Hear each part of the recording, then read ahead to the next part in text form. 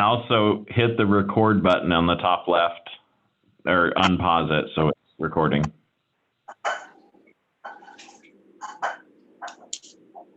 I don't see the recording. So there should, at the very top left, well, I'll just pop in. Okay. See the recording. So there should, at the top left, well, I'll just pop in. Okay. See the recording. So there should, at the top left, well, I'll just pop in. Okay. Resume recording. So on the other screen, it usually shows up there. So there should, at the top left, well, I'll just pop in. Okay.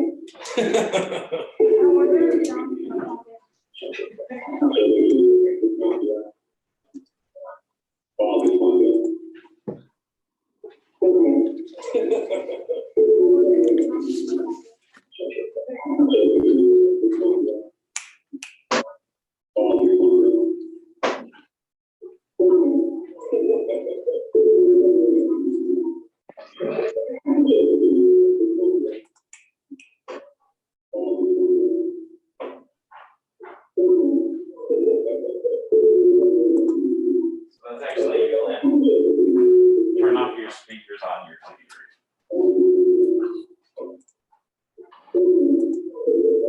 Yeah, just there you go. Good heavens. Yeah, so it's obnoxious. cycling between those and these. Okay. I've done that before, so.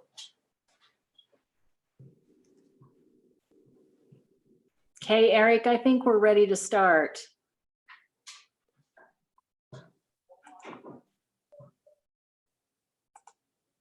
Okay, I'm still just trying to pull it up. I had to switch computers, so I'm trying to pull up the agenda.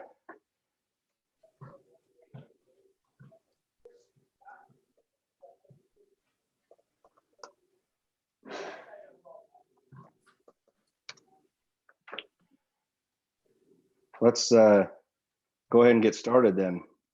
I'd like to welcome everybody out to the May 20th, 2020 Planning Commission meeting for North Ogden City.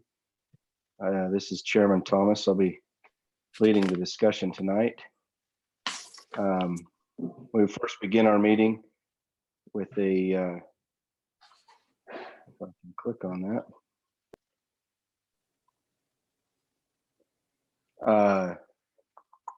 An invocation from Commissioner Lunt, followed by a pledge of allegiance from Commissioner Mason.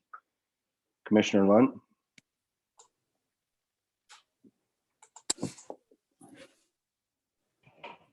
Our dear Father in heaven, we're grateful for the opportunity that we have to meet together tonight to discuss the needs of the city of North Ogden. We're grateful for the technology that makes it possible and that allows us to continue to conduct the work that needs to be done. We're grateful for the beautiful city that we have to live in and for the opportunity that we have to be a part of the planning process, and ask you to bless that as we work tonight, that we can be civil, that we can work together, we can do what needs to be done to best plan and provide for the needs of our citizens.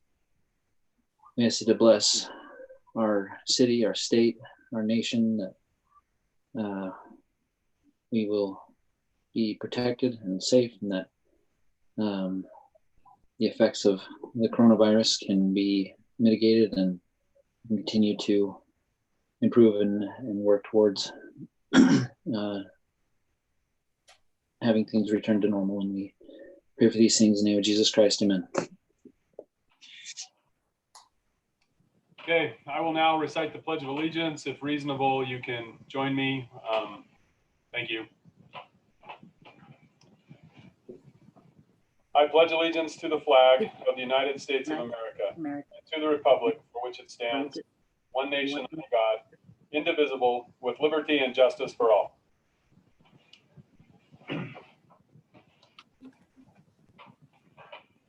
Thank you, Commissioners Mason and Lunt.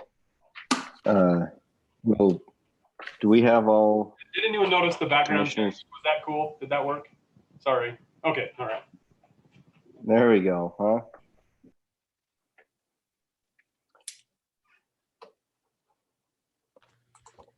Are all of our commissioners in attendance tonight? Looks like everybody's here. Yep. Okay. We will go on to minutes consideration. Consideration action to approve the May 6th, 2020 Planning Commission meeting minutes. Is there any comments or corrections that need to be made for those minutes?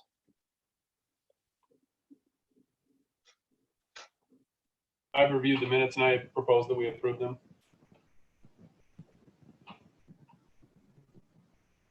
Okay. Second. Yes. Okay, we have a motion and a second. Any other discussion? All in favor? Aye. Aye. Aye. Any opposed? Who seconded? Eric, who Commissioner Lunt. seconded? Lunt. Thank you. Commissioner Lunt. Thank you. All right, we will now have our opening meeting statement. Rob, are you reading that to us? Yes, I am. Thank you, Chair, members of the audience and commissioners. I'm going to explain the process that the Planning Commission will use in making decisions and the rules that govern the agenda items or hearings. The Planning Commission is interested in receiving public input and treating everyone fairly. That is both interested parties and applicants. The Planning Commission is governed by Utah state law and the North Ogden City zoning and subdivision regulations. These codes contain criteria that the Planning Commission must follow in making its decisions. Before each agenda item begins, city staff will give a report. The report will identify whether the item is an administrative or legislative item and list the criteria that govern the city's decision. After the staff report, the applicant will speak first. Following the applicant, audience participants, oh, I missed a phrase. If the city is the applicant, the staff report will present the applicant's case.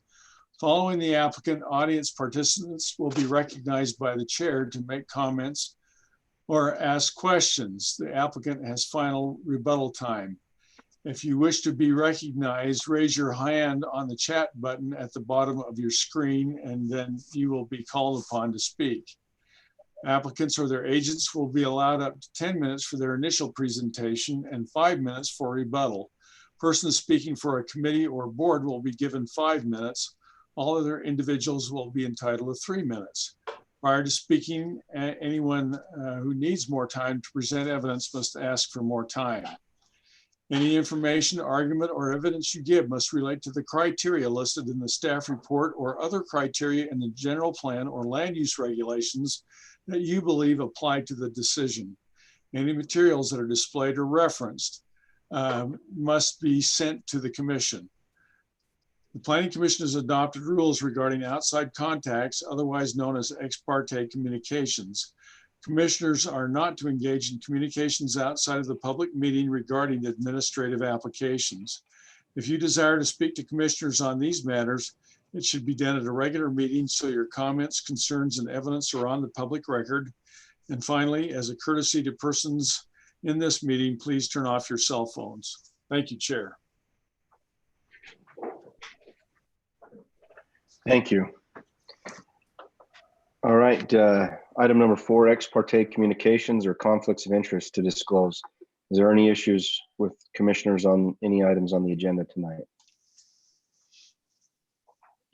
I just want to bring up again, as we discussed at a previous meeting, item number 7, the recommendation regarding the 7-Eleven. I have no involvement with the group that is proposing the 7-Eleven site or whatever. It is on a development that I've worked with the developer on. So leave it up to the commission. You know, I feel like I can help with the site plan recommendation as long as the conversation doesn't gear to anything towards the development itself. And if it does, then I will excuse myself from the conversation. If that's sufficient, then I will participate. If we deem it necessary, I have no problem excusing myself on that item. I propose we allow Commissioner Thomas to participate because, as was previously discussed, his involvement is with the road, and my opinion is no matter what becomes of the property, there's still going to be a road there. That's still true, Eric, right? Yeah, Not that point, but that your involvement is with the road that neighbors the property? yeah, my work is for the developer. The developer is not the applicant. I don't know the applicant. I mean, I know who they are, but I don't work with them or have involvement with them. For that reason, as was previously discussed, I propose allowing Commissioner Thomas's participation. If there's, I concur. I I've agree. been down this road before and there doesn't seem to be any sort of conflict of interest. Yeah, Okay. no question. I don't have any concerns.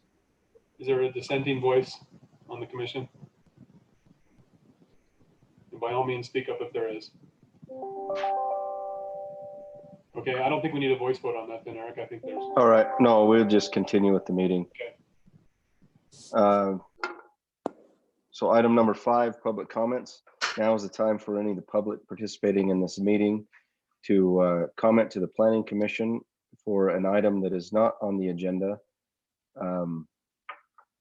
Please raise your hand or make a comment in the chat section and you'll be allowed into the meeting. We'll turn the time over to public comments right now.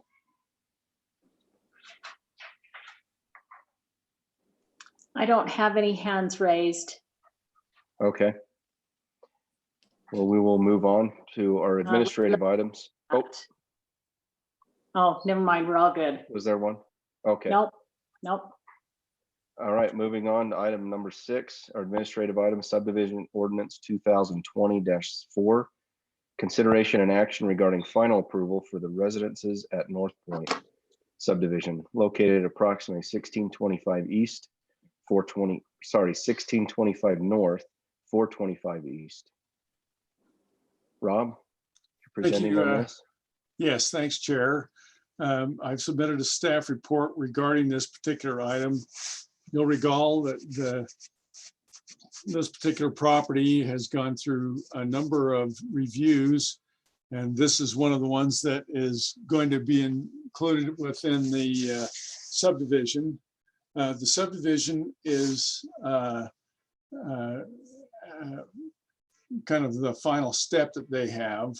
The final step being to, we had to rezone back to the R4 zone, and we also did a conditional use permit that was approved tentatively, with this as one of the final actions that needs to take place for that particular project. So the project is on just under an acre of property, the R4 zone. It requires that each lot have 80 feet of frontage. This lot is 277 feet of frontage. The proposed density is 8 units on the 0.97 acres or 8.2 dwelling units per acre. The technical review committee met back in February. You'll also recall that the project fronts on the 1625 North, which will remain a private street. Since this is going to be a condominium, I'm not sure if the right word is plat, but the state law regarding condominiums will have to be accomplished as well. And they will need to establish a homeowners association. In terms of conformance with the general plan, this plan map, this is in the Southtown mixed use area. The R4 zone is consistent with that designation. There is a note on the general plan map stating future Washington Boulevard development should be commercial, office, or multifamily. So we've got a couple of recommendations regarding this particular project. Requirements of the North Ogden City Engineers Report, the Technical Review Committee, this staff report, and then whenever we have a geotechnical report, we're requesting that that reference information be actually put on the plat itself. So we've got the summary. Does the subdivision meet the subdivision standards? Is it consistent with a general plan? Staff recommends final approval of the residences at North Point Subdivision, subject to the conditions recommended in this staff report, engineer's report, and the technical review committee letter. And I'll be happy to answer questions. Hey, Rob, can you explain to me how the area of the subdivision seems to bleed into that parking lot that's to the east there? Yes, you'll remember that as a part of that, when the people that did the project to the west, and the name is escaping me, that they ended up with their parking lot on a portion of this property, and the developer has worked it out with the adjoining property owner to have a joint use agreement. And that is going to be recorded as part of this subdivision as well.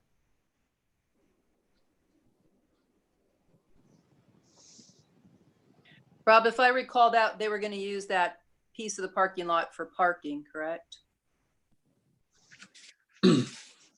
Pardon me?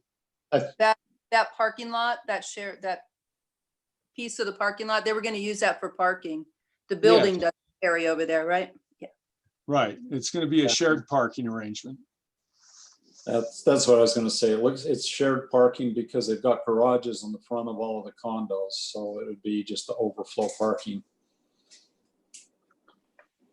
Well, I certainly think extra parking in a higher density housing area is good. I just wondered, is that clean enough with where the lot lines kind of go through that other property? It seems like that's something we don't generally allow. And I know we don't allow a lot to span multiple zones, and this is kind of the inverse of that. But it seems like those lot lines aren't clean. Is that a concern? Am I crazy? Well, I think with the joint use agreement, we can have our city engineer take another look at that. But I feel confident that with that agreement, that the required parking is going to be met for this project. It isn't the cleanest situation, but I think it works in this instance. So Rob, you've got it. They're required to do a joint use agreement, but will we be just requiring them to record a cross-access easement on both parcels? Right now, the applicant is the same owner of both parcels. I know he's being represented by the person that's buying this once it's approved, but if we're sure that there's a cross-access agreement for the parking lot between each parcel, that can remain on record at the county, so that no matter who exchanges hands with the property, that can stay, that the parking lot still can be used that way. So the way that I understand that, and I don't know if Chaz is logged on yet or not, Linda, answer that question, is he? He is. So that might be something you'll want to ask him directly, but my understanding is that the sales agreement is contingent upon this project being approved, and then once that takes place, that transfer will take place as well. So yeah, well, maybe speaking on that, let's give the applicant time to, if he has, is there any other questions? Normally we'll have the applicant come up, but Commission, is there anything else? So when the applicant does come up, he can address us with any other questions that we might have. It's along those same lines, but my concern is that, this gets approved and sometime in the future that property to the east, they sell that off to a different enterprise, and that person doesn't want to enter into the parking agreement or has different plans. Maybe that becomes green space. And now we're in a situation where this housing doesn't have ample parking. I don't think this housing needs that parking to meet its requirement. Because the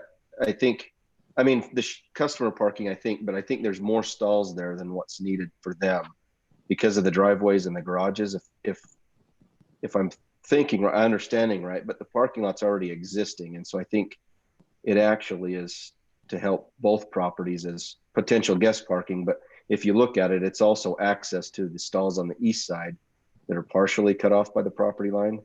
So that property to the east really needs that cross-access easement, probably more so than this piece does, to be able to utilize those stalls. I for agree their with Eric. commercial use. That'll protect both parties, no matter whose hands it goes into, since it's recorded. So But sounds like that's any other questions on the buildings or units themselves? And Chaz, I noticed that he is a participant, so. Sorry, you're only on there as Chaz. I know. Yeah, it's Chaz Schlangs. Yeah, maybe add him in and he can address us. I keep trying to unmute him. Okay. Chaz, are you there? Yes, I am. Can you hear me? Yep. Oh, I don't know why nobody can see me, but yes, when we were buying that property, we have spoken with the owner to the east, Joe Menza, I believe is his name. And I approached him and told him that I didn't want to have any issues, by stopping his, taking away any parking that he needs for his property. So what will happen is we have an agreement with it'll be for the property for the condo and his property that they will be able to access. He can use those stalls.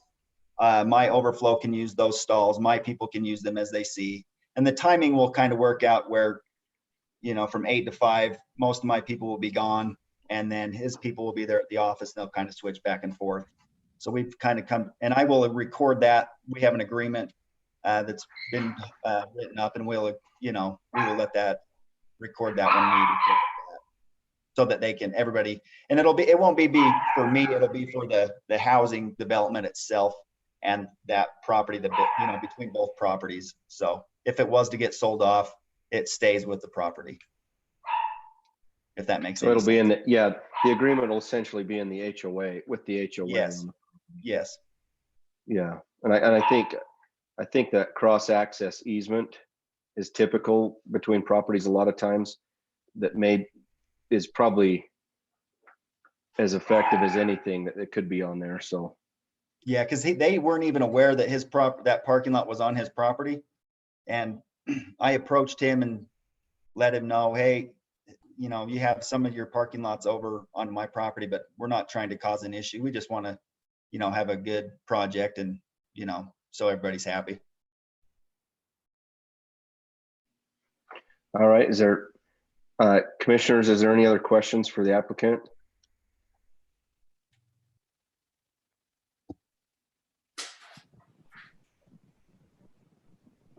Well, if not, Chaz, if there's anything else you'd like to say, we're going to open this up to anybody else in attendance, and then you'll have a chance to respond back to us.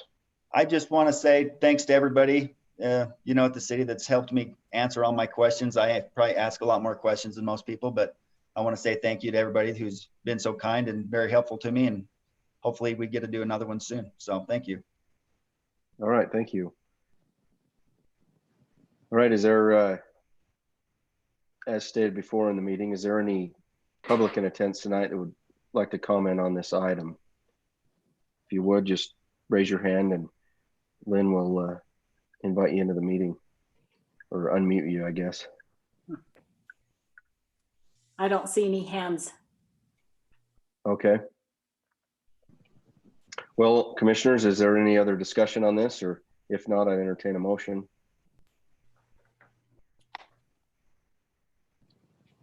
So I just want to clarify that obviously in favor of a shared parking agreement. I think that's great use of the space with the offsetting times. I just was looking to protect the owners of both properties and future owners from sticky situations legally, right? When those boundaries are drawn like that and there's existing structure like that. So those are my concerns. Sounds like the commission as a whole is comfortable with the way this is drafted. So yeah, and maybe and Rob, maybe speak up on this point, maybe to ensure that we recommend that a note be put on the plat that references that agreement. Since these will be sold units, then that can be a reference, at least on the plat, that there is some point that references that joint, that shared parking agreement, so that each individual purchasing or whatever, it is recorded on the plat referencing that agreement. Would that be a proper notation to have on there? Yes, in fact, I think that's anytime we can be transparent when it comes to things like this, I think that's a great idea.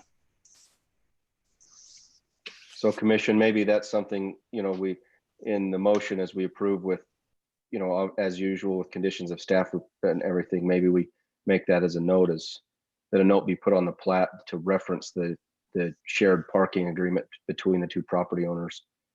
That way it is official. It will notify anybody that purchases or transacts anything on this property.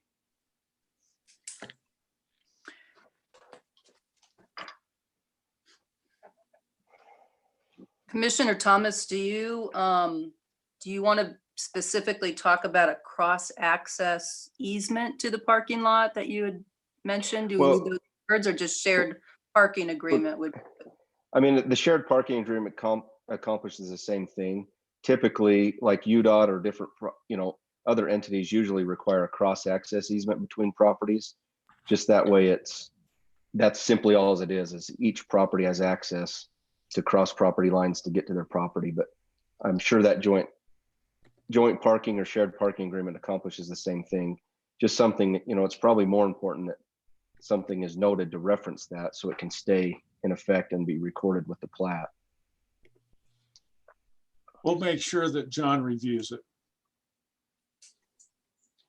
Okay.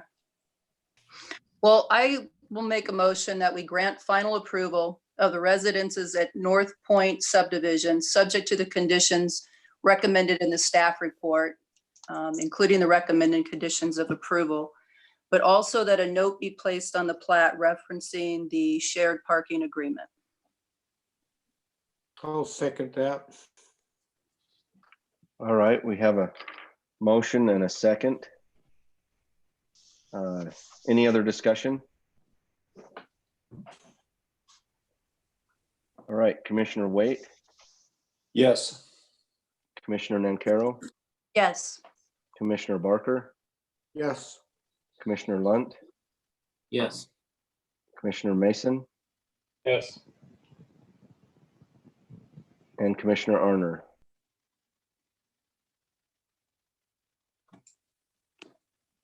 You can just nod if your sound isn't working. Oh, can you hear me, Eric? Oh, we can hear you now. Yeah. Okay, sorry, I said yes. Okay, perfect. And I vote yes. So we will, moving on. Eric, I'd invite the public who's, it looks like Mr. Slam Jazz has to unraise his hand. I monitor that to see. Oh, Unless he has indeed. There we go. one more comment. That's Okay. much more clean. That's much more clean. Okay, well, let's move on to legislative item number 7, site plan review 2019-2. This is a legislative item, so it will be a recommendation to the city council. Recommendation regarding a site plan for 7-Eleven in the village at Prominence Point on the corner of 1700 North and Washington Boulevard. Rob? This will be Brandon. This item will be presented by myself. Good evening, commissioners. Lynn, could you pull up just to start out the exhibit D, which should be the 7-Eleven site plan, just so that we can kind of bring us up to speed of where what we progressed to as far as the proposal from the applicant. As you know, Commission, this has been considered by you, I believe, at two prior meetings. So there's a number of things that you are familiar with. I'll try to skip over some of those but there are a few background points that I'd like to make.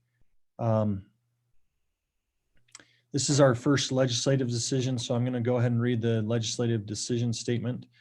When the city is considering a legislative matter, the Planning Commission is acting as a recommending body to the City Council. The city has wide discretion in taking legislative action. Examples of legislative actions are general plan, zoning map, and land use text amendments and development agreements. Legislative actions require that the Planning Commission give a recommendation to the City Council, and typically the criteria for making a decision related to a legislative matter require compatibility with the general plan and existing codes.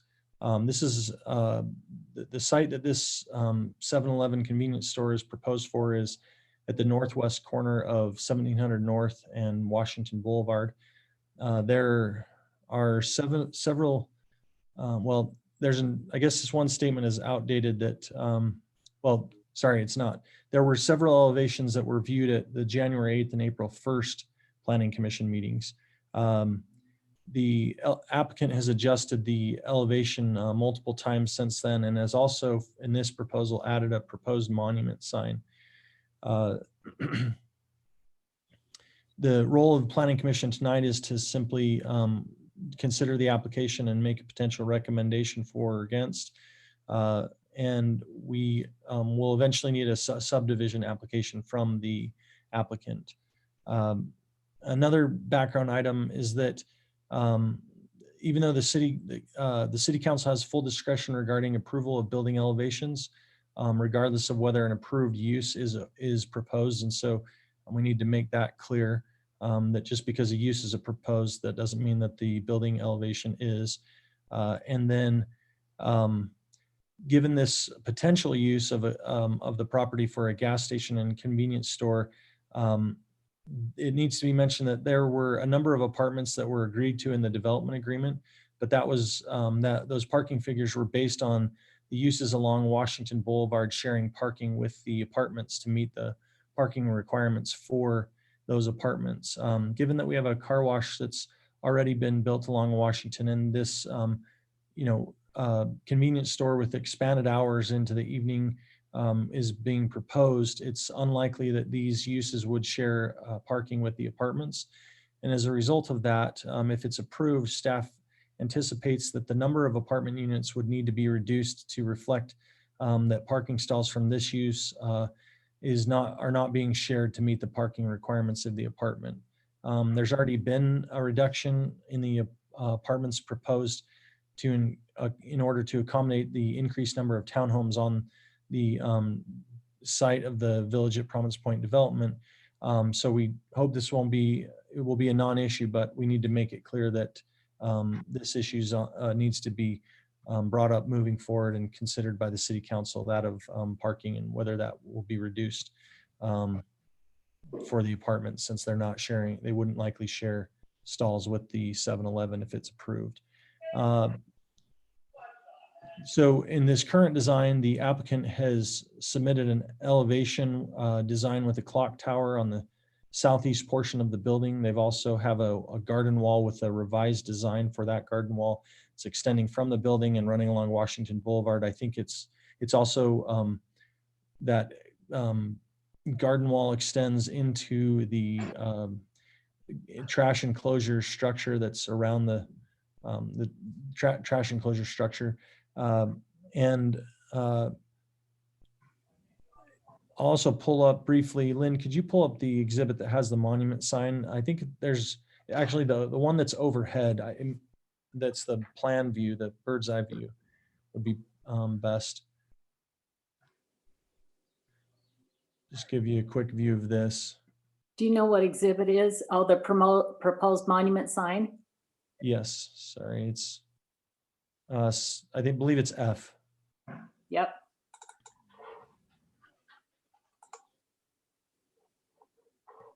While she's pulling that up, I'll continue with other issues. Okay, so they proposed this sign. This is you see up in the upper left-hand corner. Is the bird's eye view of it. We're looking down on the sign, and it's outside of the 40-foot triangle. My understanding of the plan is that that triangle is starting at the property line and extending backwards 40 feet. If that's the case, along both lines of the triangle, if that's the case, it's the sign location is outside of the 40-foot site triangle. And then you can see if you could zoom in on the views that are the elevation views, looking at it straight on in the bottom, Lynn, then we can get a better view of that. You mean? Just if you scroll down, these ones right here, this is just what the sign looks like from standing in front of it. What it would look like if it ends up being approved by the city council. So, and then if you could pull up also, Lynn, the exhibit, sorry to make you do so many of those so quick, but exhibit C, the example gateway building. This is the exhibit from the development agreement for reference. It's 2 stories and it's oriented towards Washington Boulevard with a pedestrian entrance. I think if you'll scroll down to the next page or 2, I think we get a better view of it. I think it's clear that there's pedestrian entrances there, and it's 2 stories and oriented towards Washington Boulevard.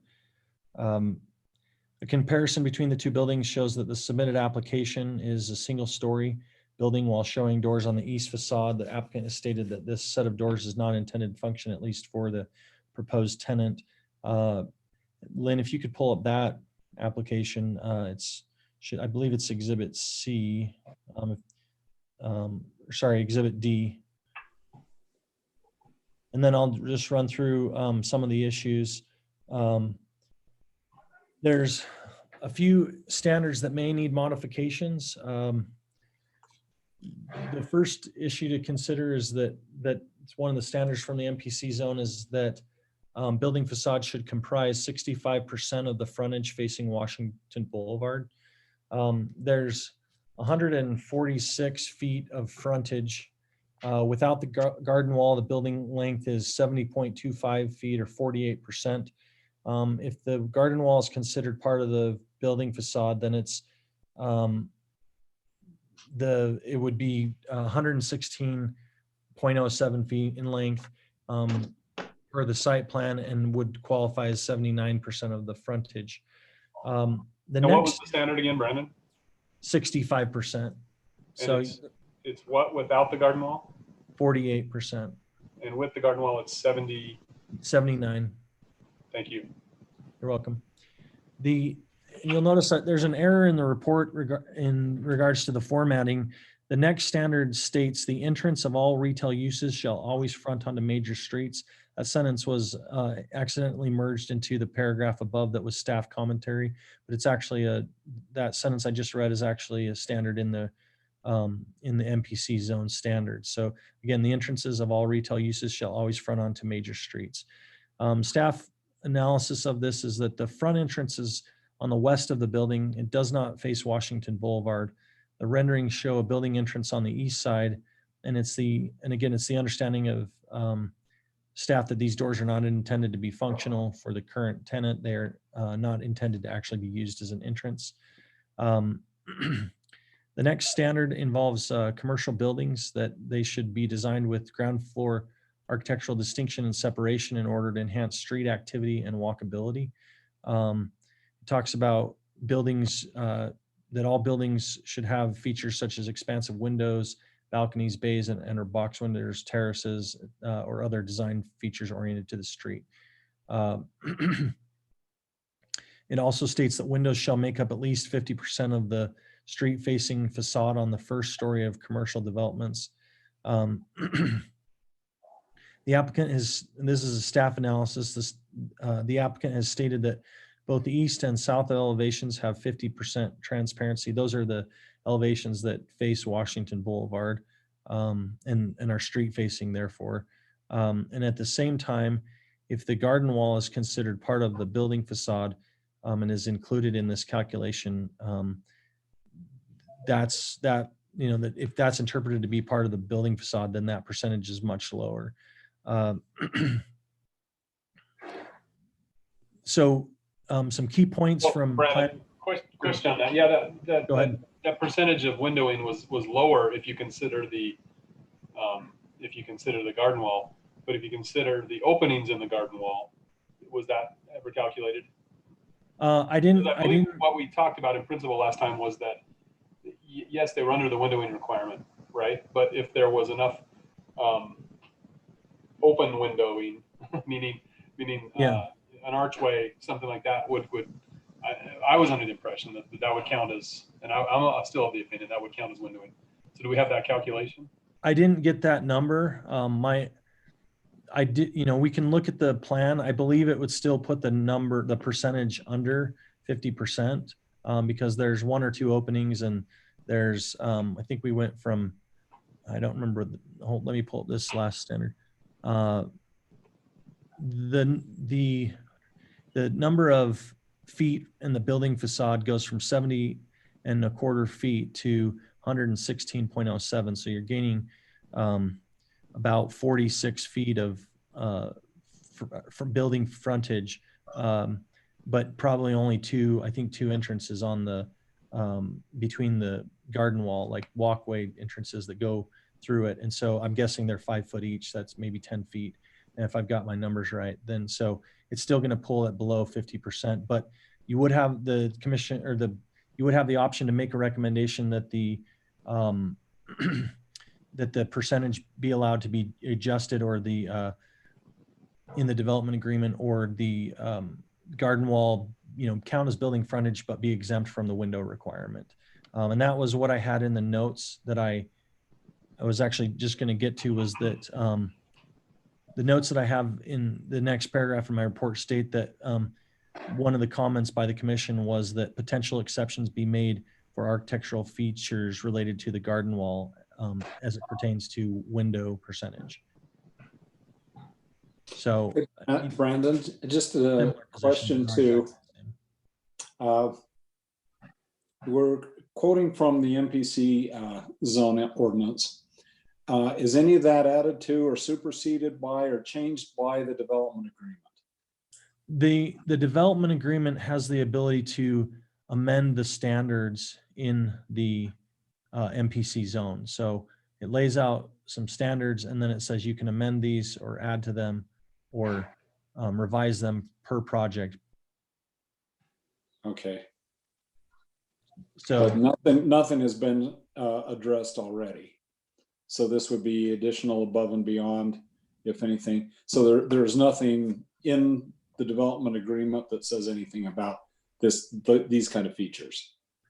I don't believe about garden walls specifically. There's there's the issue of interpretation that the Planning Commission needs to make. The interpretation is kind of a double-edged sword, because if you count the garden wall, that it increases as part of the building facade, then it increases the percentage of building facade that's covered along this street, but then it reduces the window percentage. So, that's something that could be addressed in the development agreement, stating that this is not intended to, apply. And part of it, by having the garden wall, since it joins the trash enclosures now become part of the building facade. If the commission interprets it that way, and the city council ends up agreeing with that, then okay, that's possible also. Yeah. So just while we're on the topic of we tied it into past meetings, the other notes that I had were at the end of the last discussion, in the last meeting on this item, the applicant was requested by the commission to come back with an updated rendering, requesting that the facade be extended to include the trash closure, that the windows percentage stay the same, but potential exceptions be made for the architectural features related, i.e. the garden wall, I think is what it's saying. And then there was a comment about this, the issue of shared parking, and I just put that that's something that the city council will end up addressing since they have final say. And then discussion was also engaged in regarding adding a monument sign, and the applicants responded in the following ways to those requests, which is that they provided a monument sign that they're proposing, as well as an updated elevation and adjustments to the garden wall as part of that. The exact location, let's see, the location of the monument sign shown on the exhibit that we viewed earlier, and it's outside of that 40-foot site triangle. The monument sign is proposed to be a total of 6 feet in height. It's 15 feet 3 inches in width, immediate for the part of the sign that's the base that's directly under the sign, and then there's a sort of a 14-foot 8-inch extension that and that does not directly support the sign. So the city council will need to approve that signage. There are issues regarding the general plan. Are we talking about the same monument sign? I think so. Are we not talking about the one that extends above the top of the building? So the one that goes above the top of the building is the clock tower. And then in the last meeting, there was a request for a monument sign. Well, the monument sign was the one that's Welcome to Providence Point. That's got the angle around the corner, right? Okay. Yes, yeah. Okay. And Lynn, would you mind pulling that up again if you're able to, so we can all be clear about what we're talking about, what sign or feature? I'm clear on that now. Okay. If I was the only slow one, I don't even know if you need to do that. Okay. So this sign would be separate from the building, as if it's approved as proposed. It would be out in front of the building. Okay, so there are general plan issues to consider. The general plan shows this property in the Southtown area as either being mixed use and Main Street commercial. Part of the goals for the Southtown area are to create design features that announce you've arrived in North Ogden, provide a support function to the downtown area, and then create additional height and strategic locations, corner towers, create a recognizable theme, large corner plazas with artistic signs, could create a gateway effect for North Ogden. So there's a few more. I think those are the most relevant. But staff's recommendation is that the commission's considered this a couple of times. Our recommendation is that commission make a recommendation on the building and regarding the proposed design, and so that the city council has an opportunity to consider it. Can we show the other elevations to the people joining us online here? They may not have the packet up in front of them. That would be the west elevation, the south elevation. Sorry, you were requesting to pull those up on the screen. Is that what you're saying? Is that okay? Just to kind of give people a feel. I think that demonstrates to the public absolutely the project as a whole a little better. Absolutely. Lynn, if you could pull up Exhibit D.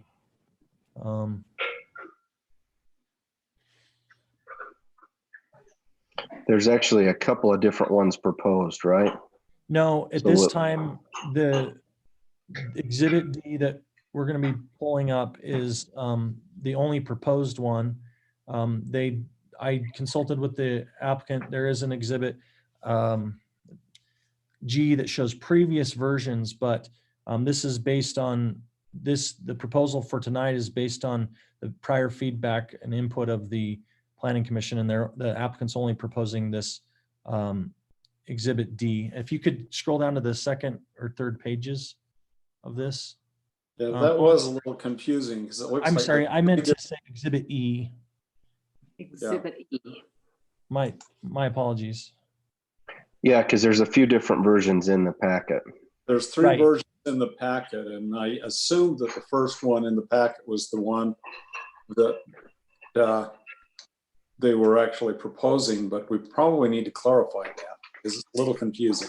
I'll let you know which one it is when we pull it up. Okay. Sorry, I'm having a little bit of trouble getting it. That's all right.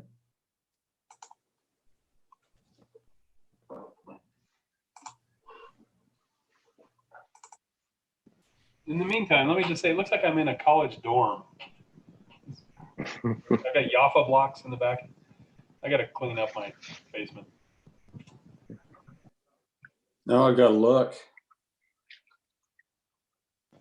You'll see some granola bars in there. Sorry, I thought I gave Lynn the wrong exhibit earlier, and I thought we were looking at this, but I was looking at my report, so I didn't realize this hadn't been pulled up already. I apologize for that. This is the proposed version. You'll notice that there are two doors that are showing on the west elevation, and two on the, let's see, is that the east? So maybe those are the same doors, but, and then if you could go to, so this is the west elevation at the top, and then the east at the bottom. And so Brandon? those are actually the same doors, it's just reversed. And then if you could go to the next page, Lynn, that shows the south and north, I believe. Are you Brandon? seeing that?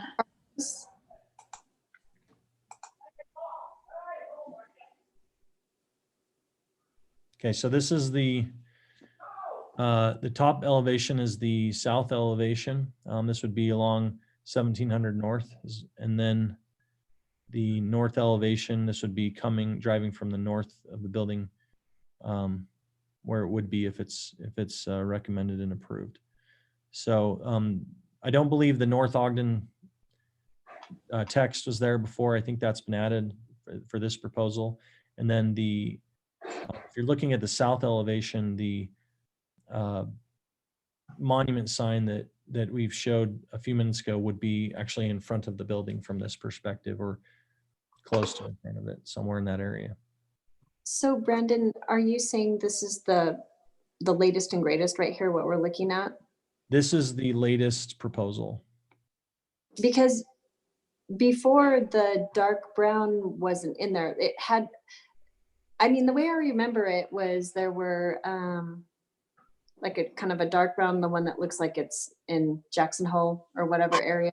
And then a newer one that had more of the gray. So I was just wondering, this has come up again, or? In prior proposals, there were multiple, there was like basically the same building elevation with different building materials, proposed as options. Yeah. So this is what the applicants submitted to be considered tonight. I guess what I would say is I'd let them speak to the issue of, any other exhibits that they've included. They just asked me to include prior submittals, just I think for reference if needed, but this is what they proposed for tonight. And I want to let them make a decision about whether they, want to talk about those other proposals, since this is what they put forward tonight. So they could address, that in any comments that they make to the commission. Are there any other questions for me regarding the information I've shared with you?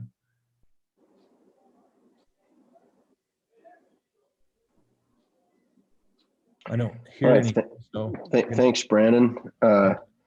Let's turn some time over to the applicant. Is the applicant with us tonight, Lynn? He is.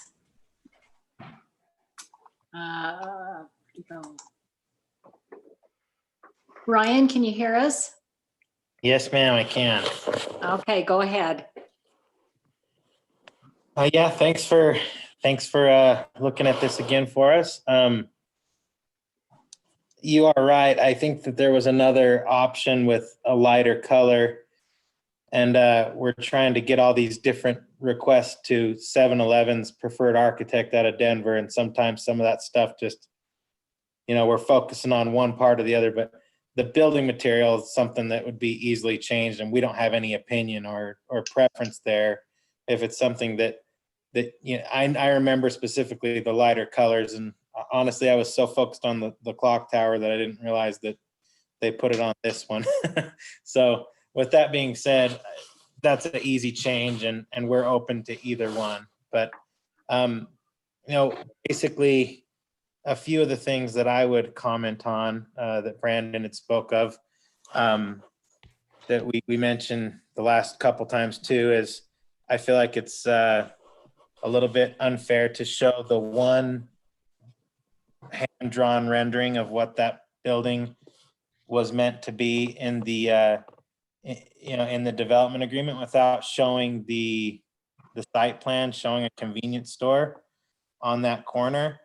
One was obviously, hand-drawn and very hypothetical, and the other was very, where the rubber hits the road. And so I feel like the meaning of that, I don't know if it's possible to pull that up, or if if you have that, but in that development agreement, it did show that this was a use that would be, that was at least proposed in that development agreement. So I do like to mention that. As far as the last time we spoke a lot about the 40-foot site triangle, and we worked really hard at making that work with everything. As you know, as Brandon said, there's some double-edged swords here. One of them being that these buildings are supposed to be right up on Washington, but where it's on a corner and you have a 40-foot site triangle, that affects your ability to have, as your percentage of frontage to building to frontage is affected.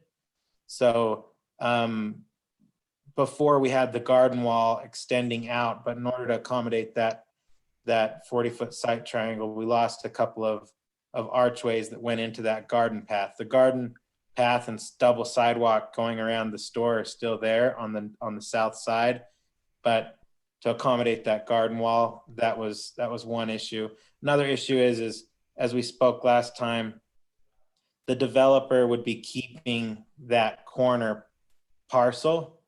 So technically it shouldn't be considered our frontage, where it's for the entire development. It's a monument sign for the entire development. With that being said, though, we're open on design and I think we've shown that we're willing to do whatever makes sense.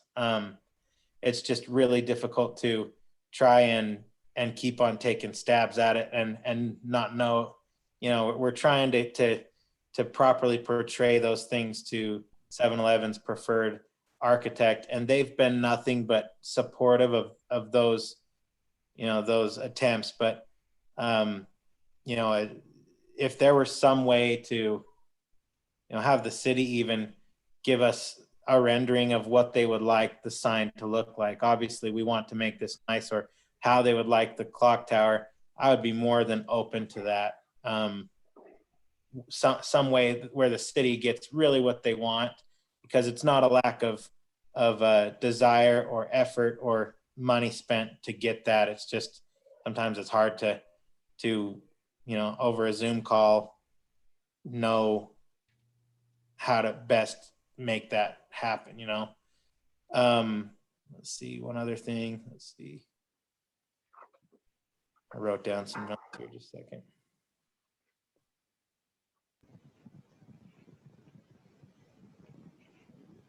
I think that's it. I'm happy to answer any questions or concerns.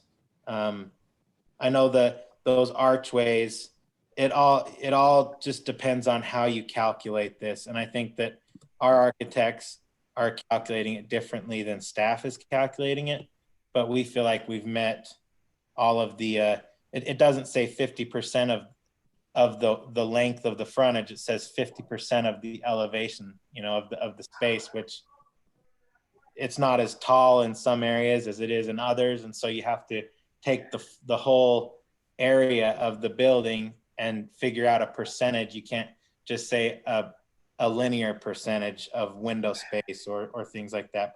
But we've tried as hard as we could to make those things, meet the intent of the code. So any questions for me? I had the same thoughts about windowing, Ryan. To even question, what if you added a window layer at the top up there where that wood look is? I mean, is that feasible in the drawings to accommodate that? That's one question. I have a couple others. I don't know if that's. But I agree with you in that the windowing shouldn't be measured linearly. I think it should be to the overall geometry of the frontage. That would be the 50%. Yeah, it's feasible to do something like that, and it's feasible to like that O'Reilly's we did down the street. If you notice, we did on the west side, there's some faux storefront that's made out of ephes, which I think turned out really cool. You can do stuff like that it looks very, I mean, yeah, we can make the 50% Well, work, however we need But to I do think, Brandon, maybe chime in, if didn't we review that, the code, and it's saying 50% of the first story or the first floor, the ground level, not the entire facade of the building? I don't recall that, but that may be the case. Or I think you're asking for my comment. Commissioner Yeah, Thomas. sorry. All I've stated is that it says that the windows shall make up at least 50% of the street facing facades on the first story of the commercial developments. So I'm not trying to, it's your decision how to interpret that. Yeah, I'm just saying it as it's reading 50% of the first story of facade. And if we view this as it's taller than a one-story building, then, we take that into consideration as well. But so there obviously, in my opinion, there'd be some give and take of, how much, not looking at the entire facade of trying to calculate that 50%. But again, we're after a design, and that's the intent of the code and the master development agreement. And I think that's, we want something to look nice and something to be good there. And that's where changes may take place. It's not necessarily trying to fit everything within the exact box, because as we've seen with what's been approved already on that street, or in this master development agreement with the city and the proposals, there's a few different interpretations that are allowed. So I think the underlying key is we want something that's nice there.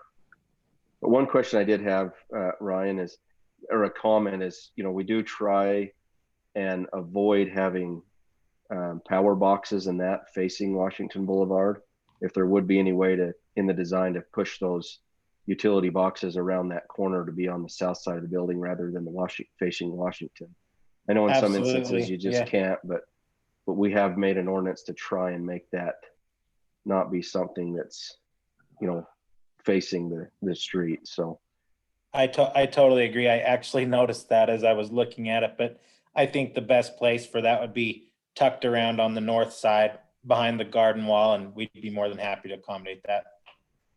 I had the same thought. And then another thing is I noticed on your clock tower, which I personally, beauty is in the eye of the beholder, and I think it's awesome. But was your intention to put a clock on both sides of that tower? The rendering Yes. On the north side or on the south elevation, but not the north, and that would be against traffic. So that was just an oversight to not have that clock there. Yeah, I think it was. Yeah, we'd be happy to do it. It doesn't matter, but either way works. So just to address an earlier comment, Ryan, I tried to make clear it was your decision what you wanted showing since you're the applicant. We do have some of those earlier submittals that have elevations. I'm hoping that the lighter color ones are in there. I try to include everything. If you'd like to have those pulled up, we can. And if not, I just didn't want to have it be confusing as to what was being formally considered. But if you feel like that will help, we can. I think Lynn could pull one up to show the lighter colors. Scrolling through it, it looks like it's the very last one that you have that has the lighter colors. I could tell you the page. Hang on. Brandon, do you know what exhibit it is? I believe it's in Exhibit G.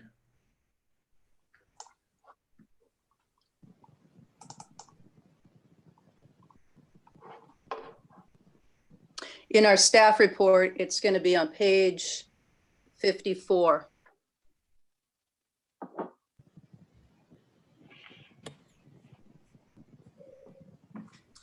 I'm no expert on this stuff, and I don't claim to be, but I know the lighter colors, like in this last rendering on page 54, it looks far more industrial, but this is where who's going to design the facade of the building? Is the Planning Commission, or is the City Council, or is 7-Eleven? Well, the feedback I got from them is 7-Eleven and the applicant were nearly indifferent to the building materials. In other words, not the design of the building, but the colors and the materials of the building. So I think it would be helpful, just even in taking a look at the two that we have. You know, I do remember the conversations before, but it seemed the commission was more lenient towards the lighter color of the, you know, really in speaking to just the area that looks like a wood siding behind the 7-Eleven sign on the upper area of the building. Those areas versus the other, and one drawing where it's more of a silver color type material. I think the preference was the lighter. So, you know, in a recommendation, this obviously is a recommendation of the city council, so we can express the preferences on that. And well, remember, you know, there are other options too, like like a faux or an actual window up there as well. yeah, That's the one that's the one they should have done. This is the one that I remember we talked about, and I think that it just got skipped when we were focusing so much on the clock tower that they messed up that. So I apologize, but yeah, that was the one that was clearly recommended right there. yeah. So this picture there would be what sounds like proposed by the applicant, with the garden wall look and everything above as that first picture, and the clock tower with the sloped roof and such. So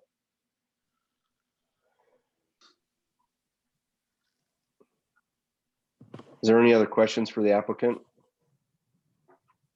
I just wanted to make clear, to respond to Commissioner Waite's comment a second ago, that the city council does have the final, they make the actual decision. The planning commission's making a recommendation. And you know, at some point this does need to go to them to be considered. I do have one more question for the applicant. If there has been discussion or an agreement in place with the apartments, because obviously this is your proposal here reduces the amount of apartments in the neighboring development. I think we all know that. Do you have anything, has there been discussion with them? Do you have anything stating to their agreement to this? Because I couldn't support a shared parking agreement with 7-Eleven and apartments at the same time. We have discussed it with them, and they are aware of whatever ramifications, and they feel like their overall plan can accommodate that.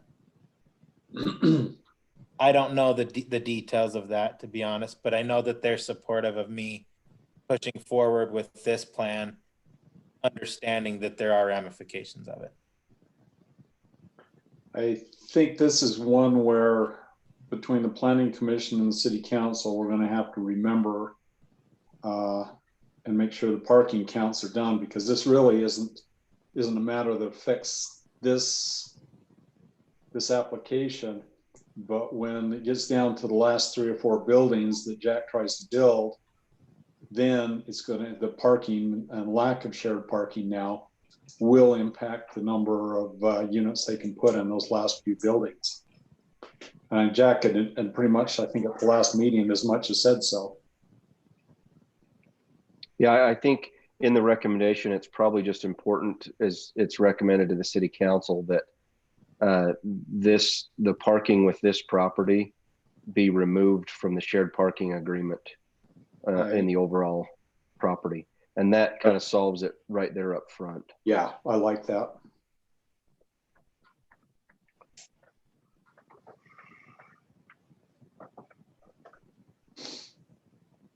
Any other questions for the applicant? If not, I'd like to open up to public comment. If anybody's here would like to comment on this item, please raise your hand or send a chat. We have a Dwayne Richards. Okay. Dwayne, can you hear us? Yep, I got you. You got me? Yep, go ahead. I still have some of my same concerns I guess I had last time. Dwayne, will you state your name and address for the record? Yes, please? sorry. Dwayne Richards, 139 East Country Boy Drive or 1700 North. I still don't like the idea of having the gas pumps and all the lighting, everything facing into the neighborhood rather than, you know, the other direction, I guess, and the frontage. I mean, we're still not kind of meeting the standards that were set forth. I understand we're trying, but they're not there. And I hope the commission will continue to consider the people who live here, who made decisions to be here based on kind of what some of those plans were, because they were good ideas, frankly. And I still think they'd be good ideas. I also, maybe it's on the plan and I'm looking on my phone, so maybe I missed it, but where would fuel prices and that kind of signage be? I'm not seeing any other signage for 7-Eleven, or I've never seen a gas station without signage for fuel and pricing. I'm guessing that's going to be along 1700 and again, inside towards the neighborhood side of the facility. Since I didn't see anything on the street, and it certainly won't be on the monument or on the clock tower. So that's my question, I guess, and my thoughts. Thank you. All right, thank you. Any other comments? I don't see any more comments. I thought that was an excellent, Okay. excellent question on fuel signage. I would like that So- addressed by the applicant. So in the, oh, sorry, I don't want to jump ahead of the applicant. Maybe we'll just let him, there is the site plan showing a sign that's out there in between the dumpsters and the street. I think, I don't know if that's in the modified one, but that was in the packet.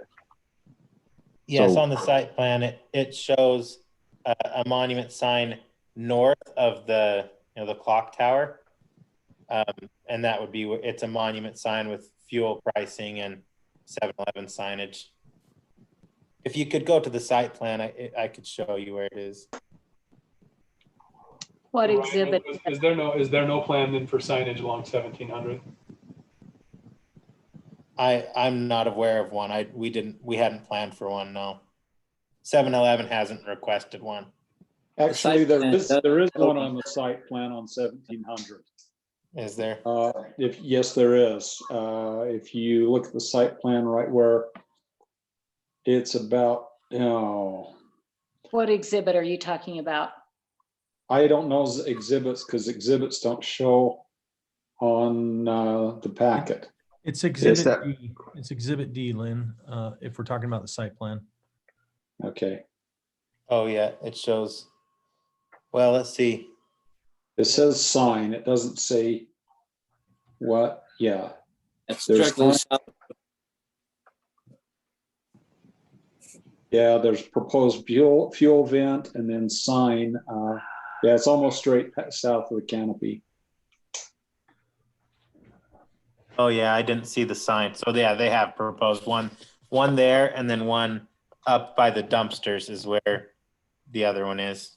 Yeah. Ryan, but to clarify, I think you said earlier they were monument signs. I didn't see anything other than this in the packet, like any description of them. So monument signs are not typical for gas stations. So I want to make sure we're communicating clearly on that topic.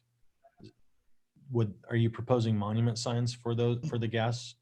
Usually 7-Eleven does all their own permitting for signage. So obviously they would prefer as much as they can get, but I know the one we just completed in Brigham City was a monument, and so was the one we just did in Taylorsville.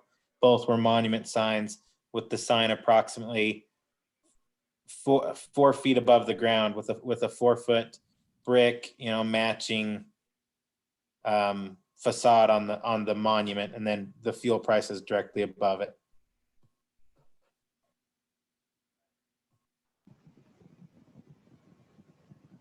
Okay, thanks. I just want to make that clear. Is there a code? Is there something that in this zone, does it allow for pole signs, pylons? I'm not sure. I think that we've had the C2 standards have been applied, the C2 zone standards. So, but that's the best of my knowledge. I don't think there's specific sign standards for the zone as a whole. I'm not familiar with it beyond that at this point. Okay. Personally, since we're in discussion, I think the intent, at least my intent, and what we just heard in that comment, is to keep that industrial feel out of the neighborhoods. And the further you get a pole sign, especially down 1700, I wouldn't support that myself. Yeah. I just wouldn't. I mean, a monument sign, 4 feet high, if it's brick, but I just couldn't support a pole sign going here, I don't think. Maybe I'm alone on the commission with that feel. I would agree with you, especially on 1700. You know, I think the preference would be, you know, more monument signs. I think the signs are kind of their own like that, be permitted what's proposed, but I think the recommendation that we give, you know, we should state that of what the preference is, especially there on that 1700 north. If I could make a comment, the development agreement, when it comes to signage, it talks about the developer providing an overall sign design theme. So consistent with that, the car wash, they ended up with a monument sign. I would suggest that that's probably what we would want to see to be consistent with that. Okay, that's a good comment. It is up to the city council when this goes there. That would definitely be something that you probably want to weigh in on.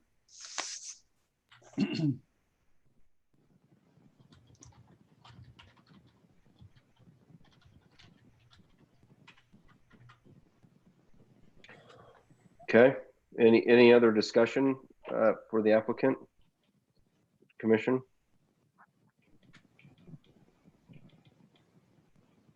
If not, I'd entertain a motion and recommendation. A couple of the key items that we had talked about was recommending in the recommendation a monument sign be the preferred sign or to be consistent with the project. The utility boxes be relocated from the not facing Washington to around the side of the building.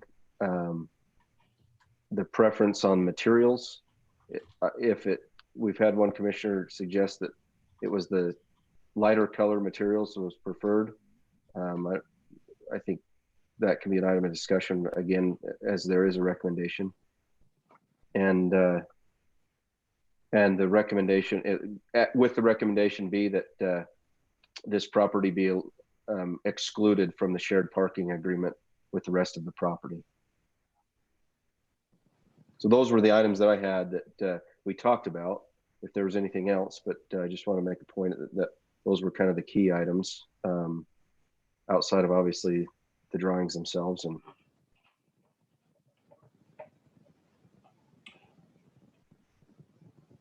prior to a motion coming, I'd like to get the feel for the commission's. Do we like that monuments or that clock tower sign? I was the only one to kind of speak up in favor of that. Is that generally well received? Is there modifications to that? Does anybody have an opinion to share? You know, I think that with all the discussion we had about this, the last time it was on the agenda, you know, with the site triangle, I think there are very few design options, you know, that are left for this, you know, applicant. So I think with all the parameters that we gave, this was a pretty good solution. I agree with that. You know, one thing that came up in the public comment was the orientation of the building. And I'm sympathetic to that because there was originally a rendering, you know, that had kind of a plaza and the building sort of behind it. At the same time, we've asked developers to kind of move those buildings closer to the street to increase walkability. So there's a definite give and take. I just want the public comment there to note that your comment was heard and the orientation of the building. And it really is a trade-off. If the building were switched, what happens to the walkability factor and things like that? And it's something I'm kind of wrestling with in this and have been for this entire development. But Commissioner Nancaro, when you mentioned trade-offs, I just struck that's another one of them. The orientation of the building really is a trade-off. If that were switched. And I think it is key to note that we do require cutoff lighting. You know, we did talk about that last time. No one has mentioned about lighting and things, that cutoff lighting so the lights don't protrude beyond the property and that. I'm extremely sympathetic to the lighting thing too. I'm bombarded with lights at my home, and you know, and I'm tucked up in a neighborhood not near any commercial entities at all. But one thing that gives me some comfort with this is the fact that between those homes that are already existing are going to be a section of apartments and things that should shield some of that, I would believe. And so those people that will rent from the apartments will obviously know what they're getting into. And the people in the homes behind it, I believe, will be a little shielded from that light. Because there is ambient lighting that's going to come from this. 7-Eleven is going to want security, and that means lighting at night, right?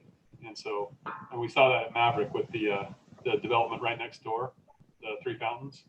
And every time I go to Maverick, especially at night, I look into 3 fountains to try to see how negatively impacted they were, because man, they sure didn't want that Maverick. And again, I can only give my own impression of this, but I feel like it's not that bad. Now, I say that as someone who doesn't live there, and I completely understand that it may be different for if someone that doesn't, but I feel like I can in good conscience support this design with the orientation that way, having totally noted the dissent to it. Welcome any other comments about that. I kind of concur with you, Brandon.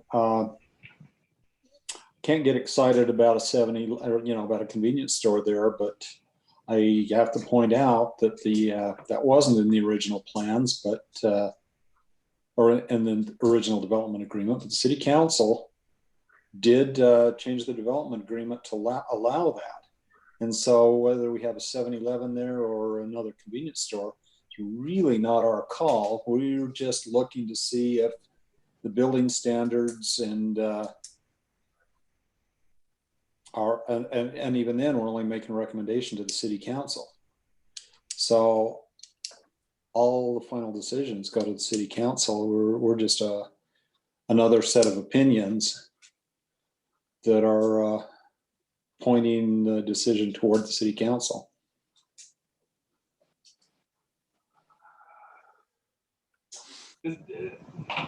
Are there other dissenting votes to any of this? That because it just feels like we're moving along, and it doesn't sound like there's a lot of objection.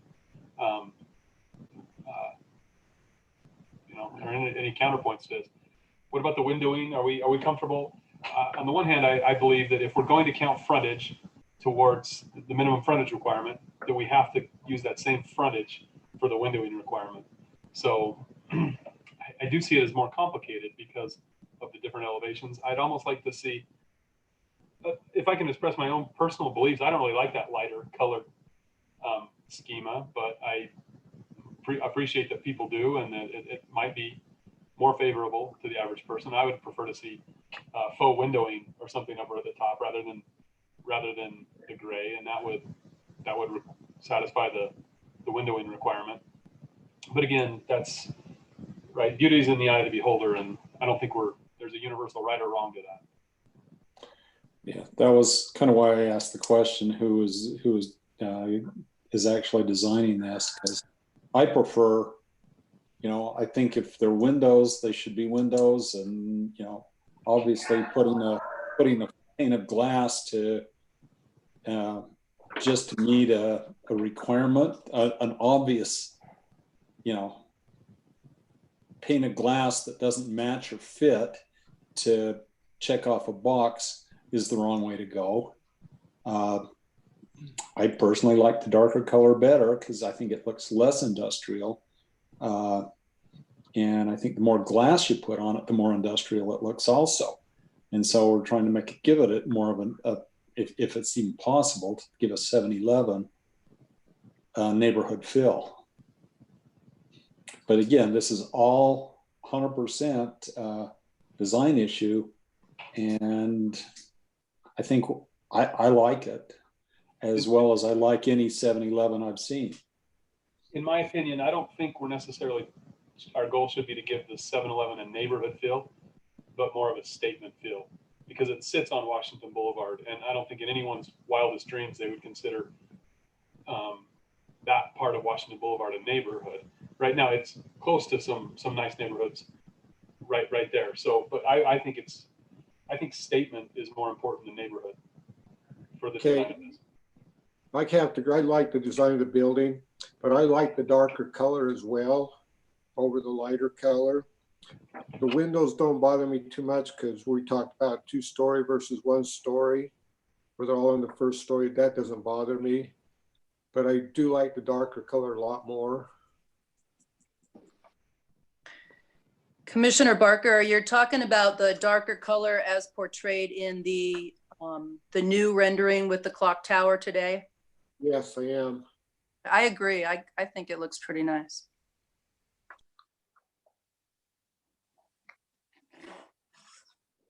Okay. Well, it seems like that's kind of the direction of the majority.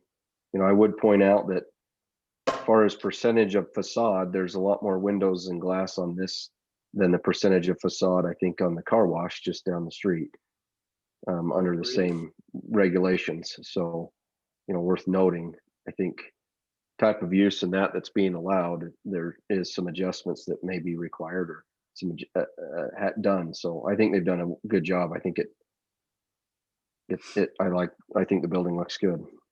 I think it looks really good. I do too. Chairman, I'll make a motion to forward a positive recommendation to the city council for the site plan for the 7-Eleven at Village of Prominence Point, with noting the following things. We recommend monument signs. We recommend that the utilities be moved away from Washington Boulevard. And as Ryan said, over onto the north side of the actual building. And that this property, all of the 7-Eleven property, be excluded from the shared parking, from any shared parking agreements for the Village at Prominence Point. If I could ask for one clarification. Be added.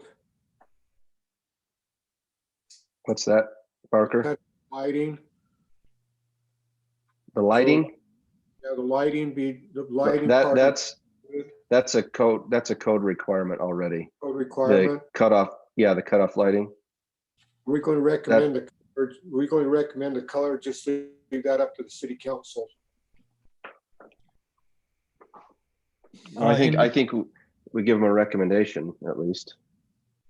Yeah, in the past, when we anticipated only discussing one elevation this tonight, but since past ones have been referred to, I think it would be helpful to clarify if you're recommending one or the other, the lighter color scheme or the darker, or if you're okay with both, I guess. But okay, well, let me amend the motion to also add the statement that the majority of the Planning Commission recommends the darker color shown in the elevation view. I'll second that. Commissioner, before that gets too far, can I suggest you amend your motion to include that the clock tower will have a clock on both sides? Okay.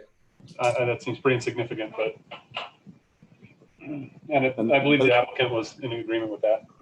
And you want the clock and you want the hands on the clock to turn the correct way too on both sides? I don't care about that. If lightning strikes it, I want it to stop for 55 years and send me back in time. Okay, I will also add that to the motion, amend the first motion to add that there be a clock on both sides of the clock tower, clock face on both sides of the clock tower. I do note that the applicant's raising his hand. We've given him final rebuttal. I would be comfortable welcoming his input here, Commissioner Thomas. Yeah, I think that's okay. Ryan, if a comment. Thank you. Yeah, I just had one request for clarification. In the past meetings, there was some, I guess, different opinions about the doors. Some commissioners had said they would prefer to just have glass, that someday if the use changed, that would be the right size to put doors in on Washington. And some people wanted to have actual doors that were just blocked off. I would prefer to just have the proper size and not have doors that people come up and try to open and get frustrated with. But I would like some clarification on what you would request. Commissioners, what's your thoughts? I'm fine either way. So if the applicant would like to just have glass, I'm okay with that. That would be my personal opinion, is just I'm make fine it. with that. I'm fine. Okay. My only comment is didn't we make them put dummy doors and door handles on the car wash? No, I don't think it has any. Okay, because I think it's just silly. It was talked about there as well. Yeah. I think it's just kind of silly to have door handles on a glass pane.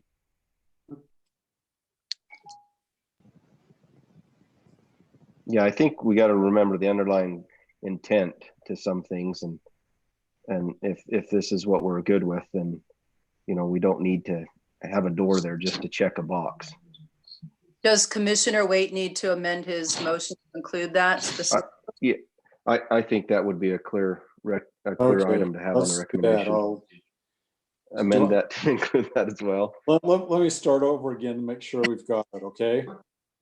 Okay. So I'm making a motion to submit a positive recommendation to the city council regarding the site plan for 7-Eleven at the Village of Prominence Point, the corner of 1700 North Washington Boulevard, with the conditions and with the recommendation that we only allow monument signs, that the utilities are moved off of Washington Boulevard and put over on the north side of the building, that the 7-Eleven property be excluded from the shared parking for the Village of Prominence Point, that the clock tower have clocks on both the south and the north facing portions, and that there's no necessity to put dummy doors on the east side of the building. Okay. You want to mention the color? Oh, yes, thank you. and that the majority of the city council recommends the darker color. Planning Commission. Planning Commission, but yes. Planning Commission, sorry. Wow. Yes. Okay. I'll second that. Okay, we have a motion and a second. Any other discussion? I know enough to know that I don't know colors. So, I mean, just because I like that, I do like the darker better, but I know enough to know I'm probably wrong. So. Well, I wonder, Brandon, if it's more the contrast that you like, which is really attractive, but I'm looking at the apartments or possibly townhomes that are already established, on the more north side of Prominence Point. And it seems like I should actually drive in there, but it seems like they're kind of navy and maybe camo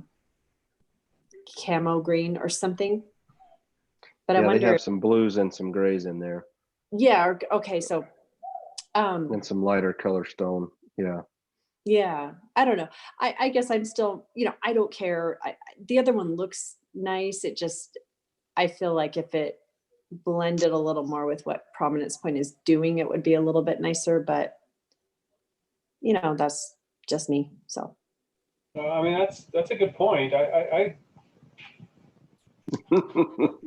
Because I would suggest the applicant bring a couple different color schemes maybe to the table when he goes to the city council and let them make a call on it. I don't want to get into designing building facades because I don't. That's not what I do. I mean, where I think it's our job to make a recommendation, not just rely on the city council, right? Which is why I'm prepared to support this. But as far as colors, I couldn't say that I have strong opinions. Well, it just seems like the dark brown I understand that look, and it's all over Colorado and all the resorts and like in Jackson Hole, it seems really resorty to me. So maybe I'm just, tying it in too much in my head, but it is a nice look in the right place, but I don't really see that in North Ogden anywhere else. So, I mean, it doesn't mean it can't be there or that it wouldn't look nice. It's just, it has a rustic look versus a more modern look, which Prominence Point is more modern.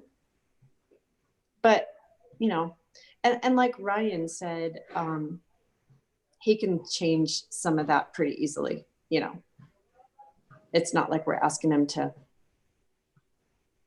you know, I mean, if it comes down the line and he wants to do navy or something, I don't know, but so, but if you guys like that better, it's certainly fine. I'm indifferent, and you know, if we need to make that recommendation, you know, and say the two colors that have been in the packet, the brown or the grays, I'm good with, and, you know, but really up to the city council and the applicant to kind of work through that. So, yeah.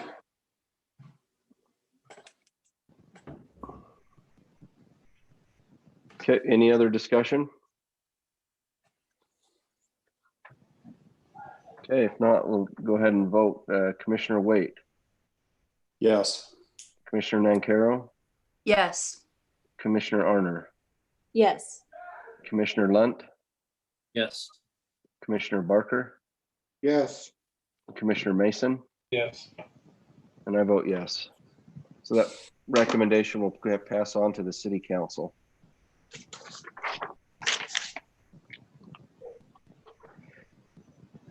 All right, our legislative item number 8, discussion regarding storage units. Brandon? All right, sorry, let me switch gears here. I've got to pull up some different files.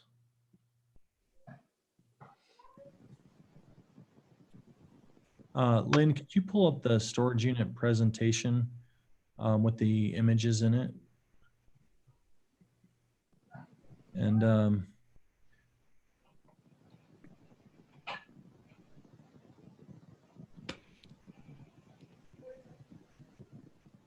sorry, just a second, having some computer issues. Okay. We'll just kind of cycle through these really quickly.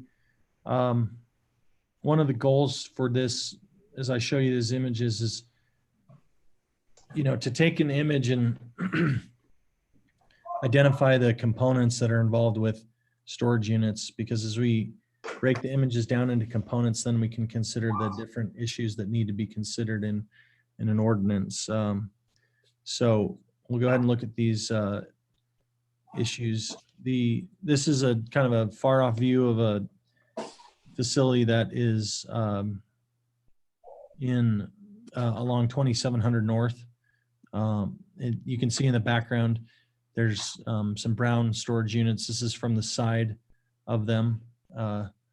And is there a way to go into slide view, Lynn? Slideshow, I think go under slideshow on the top tab. It's about 6 over. Yeah, and then just go from beginning. I think that'll make the images larger. We'll see if it works.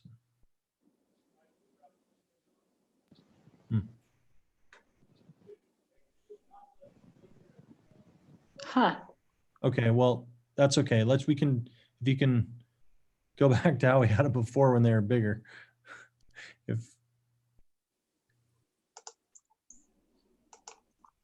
Yeah, just go to home and then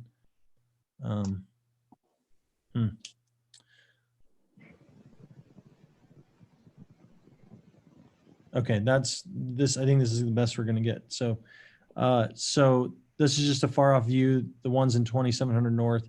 There's if you go to the next slide, Lynn, number 2, this is actually a picture of the front of that unit. You can see just to the left of the image is the gate. Actually, this is you're kind of seeing the area, the edge of the gate here in black, and then you've got this is a the office, and I believe it's also a residence for the on-site manager.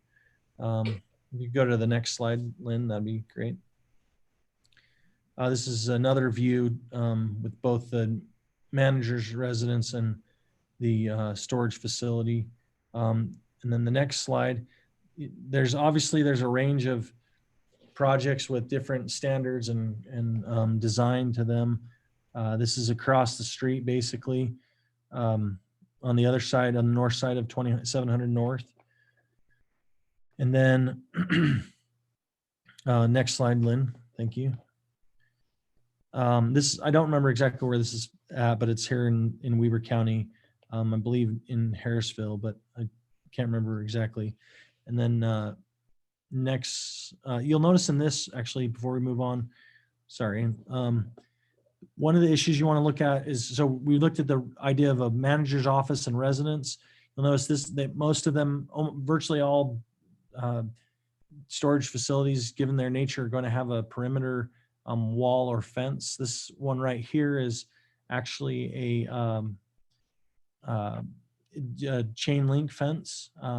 And then there's a small landscape strip to them. So these are, I'm trying to break these down into, instead of just looking at an image and say, oh, I like the way that looks or not, but identify the separate components that are going to make, that when put together are going to create a site and design that the Planning Commission feels is appropriate. So the elements here, we've got the storage units themselves, the perimeter wall.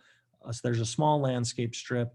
With regards to the perimeter fence, with regards to the perimeter fence, should it be a wall or should it be a fence? If it's a wall, what type of materials should be used? Should it be required to be like stamped concrete, or if it is allowed to be a fence, is chain link allowed, or does it have to be an iron, wrought iron or something to that effect? Are there any particular colors requirements? And so these are all the components that we can see in this issue, in this image. If you could go to the next as well, Lynn, that would be appreciated. Thank you. You'll see right here, this is a close-up of the of a chain link fence. There is some wire along the top. And then if you'll go to the next image, this is actually a close-up. This is actually one here in our city. This is a stamped concrete wall at box storage. And so this is another alternative to the chain link fence that we saw, or I don't know that I have any examples of wrought iron, but the stamped concrete, it can provide a nice design. It restricts views into the site. If that's a priority for you, then stamped concrete is one option for that. It reduces the visibility. If you feel like the commission ends up determining, then their recommendation to the city council at some point, if that's made, that visibility through the fence is okay, then you can consider some other alternatives like additional landscaping behind the fence as a requirement. And then if you could go to the next image, then that would be great. This is another view of the stamped concrete wall. This is the entrance to box storage. And then you see there's a wrought iron gate. And then next image, please, Lynn. So this is lock it up storage units at 9th and Wall. One or two components I'd really like to point out here is that there's a healthy width of a landscaping strip in front of it. You can see there is a wall that's got a very gray appearance, and there's a requirement for, there's a landscape strip in front of it with some landscaping. With regards to landscaping, you can require a certain width of a landscape strip, but in addition to that, probably is best to consider also the option of adding a plant requirement, like a tree every so many feet, or this many number of plants per so many feet, so that the landscape strip isn't just sod and allows there to be some visual variety and interest as well. And then again, you'll see in this, again, it has the office facility. I would guess with a building that size that they have an on-site facility, on-site residence for the manager. Next slide, please, Lynn. This is one of the emerging trends, is actually where the storage is inside of a building. There's some access to the units to pick up your stuff at the edge of the building, but they're multi-story buildings, and not they're they essentially look a lot like a box store, some of them with multiple stories. And so you don't see every single storage unit. In fact, you see very few of them, or very few of the doors, the garage doors that lead to the storage units. And so, you walk down a hallway, you get your stuff, you put it on a hand truck or something like that, and then you walk it to the edge of the facility, and it looks a lot more like a store than it does a storage unit facility. That's probably the best way I know to describe it. This is, if you'll go to the next slide, that would be great, Lynn. Thank you. I have been in contact once or twice in the last month, and I spoke briefly today with Dan Nixon, one of the owners of storage units in our city. This is one of his facilities. The other ones are all the ones that I have from my own research to my recollection. But he provided this to me today. This is a facility in Mill Creek. And so you can see that this is one of the newer type of facilities that's becoming an option. And then if you'll go to the last slide, then we can talk about this. I just felt like at the last minute, I realized I think a bird's eye view is helpful of these types of facilities. I didn't get more than one, unfortunately, but basically the site, what you have in going back to this concept of components that need to be considered is you have the perimeter that you need to worry about and the issues there, which involve things like landscaping and what are the materials that you're willing to allow for the perimeter wall or fence. What's the width of the landscape strip? What are the, how many plants and what sort of requirements for plants for the sake of visual, aesthetic interest and variety. And then within that, there's issues like, are there restrictions on which way they can face the garage doors? Does there need to be an on-site manager? Is a residence allowed? In fact, some facilities allow more than one residence because of the size of them. It allows, they need more than one person living there, not so much at the same time, but because only one has to be on site at a time and they can live the other aspects of their life and not be on site 168 hours a week. So, but that's a determination an issue that you'd need to consider. They also have outdoor storage areas. You can see at the west, this is the lock it up storage on 9th and Wall. There's like a parking pad for recreational vehicles and larger vehicles that people want to store that they can put on site. So there's a range of issues to think about. I'm trying to balance between giving you all the issues and not making it too complex, and you can give me your feedback as to whether I've achieved that balance or not, and help me improve how I do that if not. Lynn, if you could go to the discussion guide, I'll just try and, what I thought would be good for tonight, because there's a lot of issues and I feel like it's maybe too much to try and address every issue, but start with some of the ones that are, I think, more visually oriented. I think that'll be easier for the commission to sort of check those boxes off of what direction you'd like to give staff. And so I'll just kind of run through some background and then maybe open it up for thoughts and discussions. To be clear about the scope of the direction that the commission's given staff, in the last meeting where direction or conclusion was given by the Planning Commission, that direction was to limit the storage unit facilities to a manufacturing zone currently. And then within that manufacturing zone, make storage units a permitted use, that an ordinance would propose that, and then craft standard, to clarify, we talked about the idea of conditional use. Conditional use law is such that it's evolved such that probably the way to accomplish that goal, practically speaking, would be to make it what's called a permitted use with development standards. That would allow where you're basically saying, if you meet these additional standards, then you can, this will be permitted, but you have to meet these additional standards that are specific to this use type. And the purpose for that is it accomplishes the same goals as a conditional use, but the intent is to prevent arbitrary decisions from being made, so that the decisions are based on criteria that are actually listed in the ordinance, but it would accomplish the same purpose. And so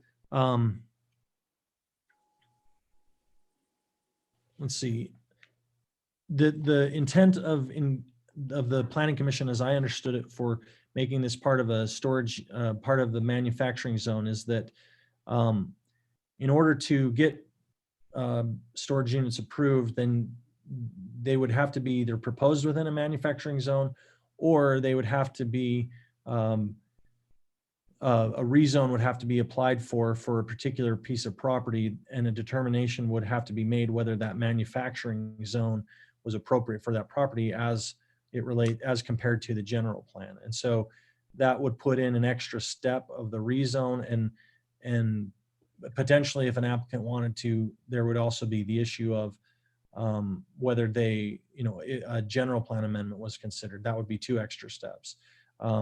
But by tying it to the manufacturing zone, it would, then the rezone requirement would come into effect, and that the question of appropriateness would have to be considered as compared to the general plan. Let's see, could you scroll down, Lynn, a little bit? I may be alone in my dissent on this, but I don't necessarily see this as having to be tied to a manufacturing zone. And here's why. And I know that was the general feeling of the Planning Commission last time, but to me, what you're trying to do by putting it in a manufacturing zone is to put it with ugly things or whatever. And I don't necessarily think that in and of itself, from the view of the street or from the view of a pedestrian, that it needs to be ugly, right? I think we can enforce that with other standards and have it set back and have landscaping. My concern with manufacturing is that somebody would find a place where this would fit, and they would have this rezoned to be manufacturing for this purpose, and then let's say then their business closes down. Now that place is zoned to manufacturing, which comes with noise requirements and things like that, and then we actually get manufacturing zone in there. I see it more as a commercial use, less of a manufacturing use. But I think we ought to enforce the look and feel with the other standards we have. In other words, we can't have a stamped concrete wall that's right up along the sidewalk, right? Because that's not inviting to pedestrians and all that kind of stuff.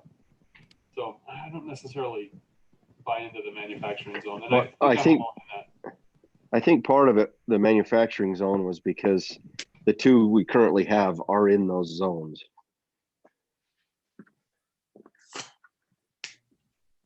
So but I don't, we want to make sure we have standards. That's just one more step. Obviously, storage units always seem to be a hot item with the public, and that zone. You're right. It doesn't need to be that. It's okay to be ugly if it's in that zone, but there still can be all the standards. But that just is kind of a one more step or one more process currently to add any other storage units in the city that requires public involvement because of the rezone. Well, I certainly wouldn't die on that hill of that principle, but that's an unintended consequence. I see that we may be increasing the number of manufacturing zones, trying to green light something, a particular project which might be good, right? I can actually envision a storage facility place that is somewhat appealing from a curbside perspective, right? And so, some future city council would go, and planning commission would say, "Oh yeah, that looks good. Yeah. It's manufacturing zone." And that could be short-lived, and then 3, 4, 5 years later, now we're stuck with a manufacturing zone in the middle of our commercial district.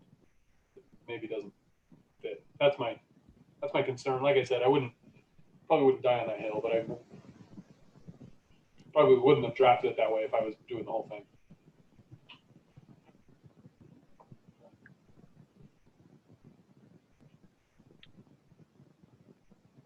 Okay, so are you expecting a Awkward response from me or from? Well, I thought this was a discussion about how we felt about. Yeah. Yeah. So no, I'm only one portion of this planning commission. Yeah. And I may be the lone person with that thought. So I'm happy to draft it whatever the commission feels. I just was acting on past guidance. What's the thoughts of the rest of the It would commissioners? give one further review to this. I mean, that is true. To me, it's not worth it, but.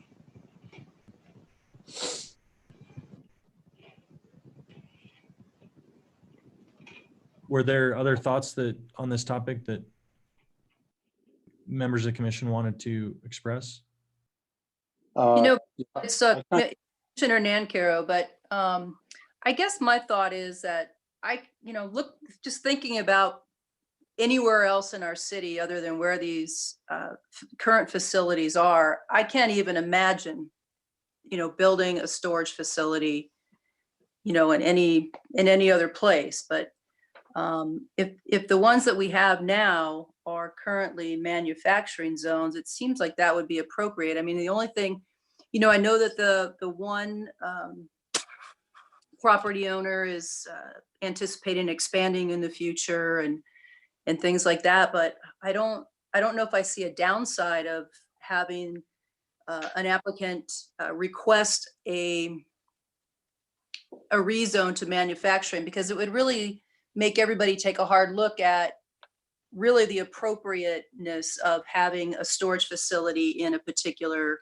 neighborhood or a particular area of the city. So I do see value in it, but it's certainly not the only answer.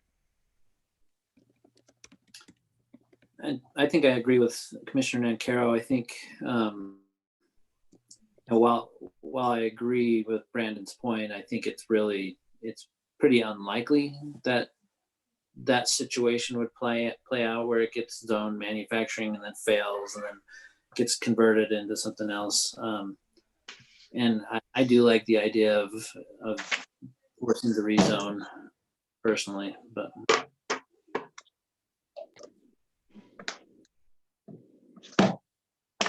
Well, I think hopefully on staff's part, if that's the direction that you wanted to continue to go, we would in future, if there were a future rezone request, we would be very clear that all permitted uses would be allowed if there was a rezone. That's part of, a rezone that, even if there was a specific property owner requesting it, that it would open the door to all uses within that zone at some point. And that I think, as have been pointed out, there may be positive and negatives to both sides of that. I could make a comment. One of the things I think that Commission ought to be remembering, that if you allow that to be in commercial zones, that opens up storage units to all the commercial zones up and down Washington. And one of the nice things about this approach of limiting it to the manufacturing side of it is that you'll have an opportunity to really weigh in on whether it's an appropriate use in that specific location. Bob, did you mean by that Subway could take half their lot and put a commercial or put a storage unit in it? Kind of a deal. I believe so. I believe that's a good point. That's an excellent point. Totally trumps what I said earlier. I stand corrected. Okay, so if there's not further comment on that, if there is, we can keep talking about that. I do have specific standards that I would love to get input on. So I just want to make note that we have a couple raised hands, and I'm interested in hearing their comments, but I think they should hold until your entire presentation, Brandon. That way, if they have comments on things you're going to say, then they'll have that one opportunity to speak, right? That may say something else. Okay. Here's what I feel like would be best is if we can, I'm just going to bring up 2 or 3 issues. I'm not going to go through all of the issues because it's a complex issue to break down. But I'm going to go through, sorry, I've got to pull up this document here. Let's start with like landscaping buffer and the fence perimeter wall. We'll take those 2 issues and I'll just kind of go through some of the issues on those topics. And there's about 6 or 7 of those types of topics, but let's just go through 2 to get started. Or I definitely don't think we're going to get to everything tonight. So on the landscaping buffer, one of the questions is, should there be a required landscape buffer from the public right of way for the wall, or and then what distance should that be? And then what should the plant requirements be? Should there, for instance, be a minimum of, like, this is one example of a standard. It says a minimum of 1 2-inch caliper canopy shade tree and 5 5-gallon shrubs planted for every, say, 40 feet of linear frontage, rounded up to the nearest whole number. Should sod be required to be a certain percentage of the landscape buffer? Should rock have a maximum percentage be allowed to be used in the landscape buffer? So in other words, you don't want a lot of, just rock, barren rock out there, or multiple colors of rock be required if it is allowed. The next issue is, let's see, if a wrought iron fence is allowed, which the point being about wrought iron fence is that there's going to be greater visibility, would there be an additional landscape buffer be required behind the fence to soften the view of the units? And then next, so those are some questions on the landscape buffer, and then some questions to start thinking about on the fence or perimeter wall. What should be the minimum height? What would be a maximum height? Would there be electric fence or wire, razor wire allowed at the top? Would there be a set of required and also prohibited materials? Some examples of materials would be solid masonry could be required, a decorative block, which would be a form of masonry, vinyl fencing, wrought iron, or stamped and colored concrete that imitates at least partially natural stone. And then one that, I'm guessing that I know has been forbidden and or not allowed in other ordinances, that such as is a material such as chain link. Some have restricted barbed or razor wire fences.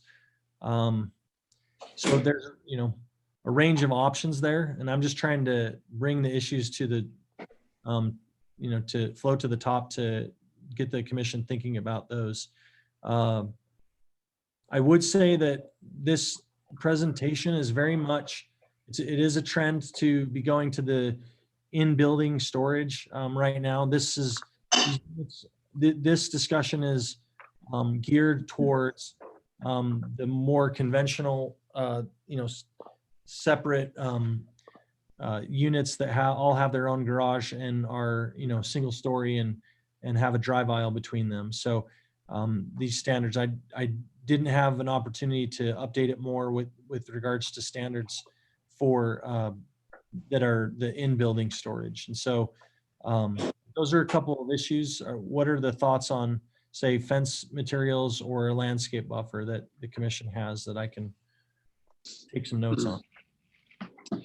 One of the thoughts I had, Brandon, is we kind of need to consolidate or something. It's like either or. It can include, because we, putting it on, it's like, yeah, you've got to have an 8-foot fence with a 3-foot berm in front of it, with trees in front of that.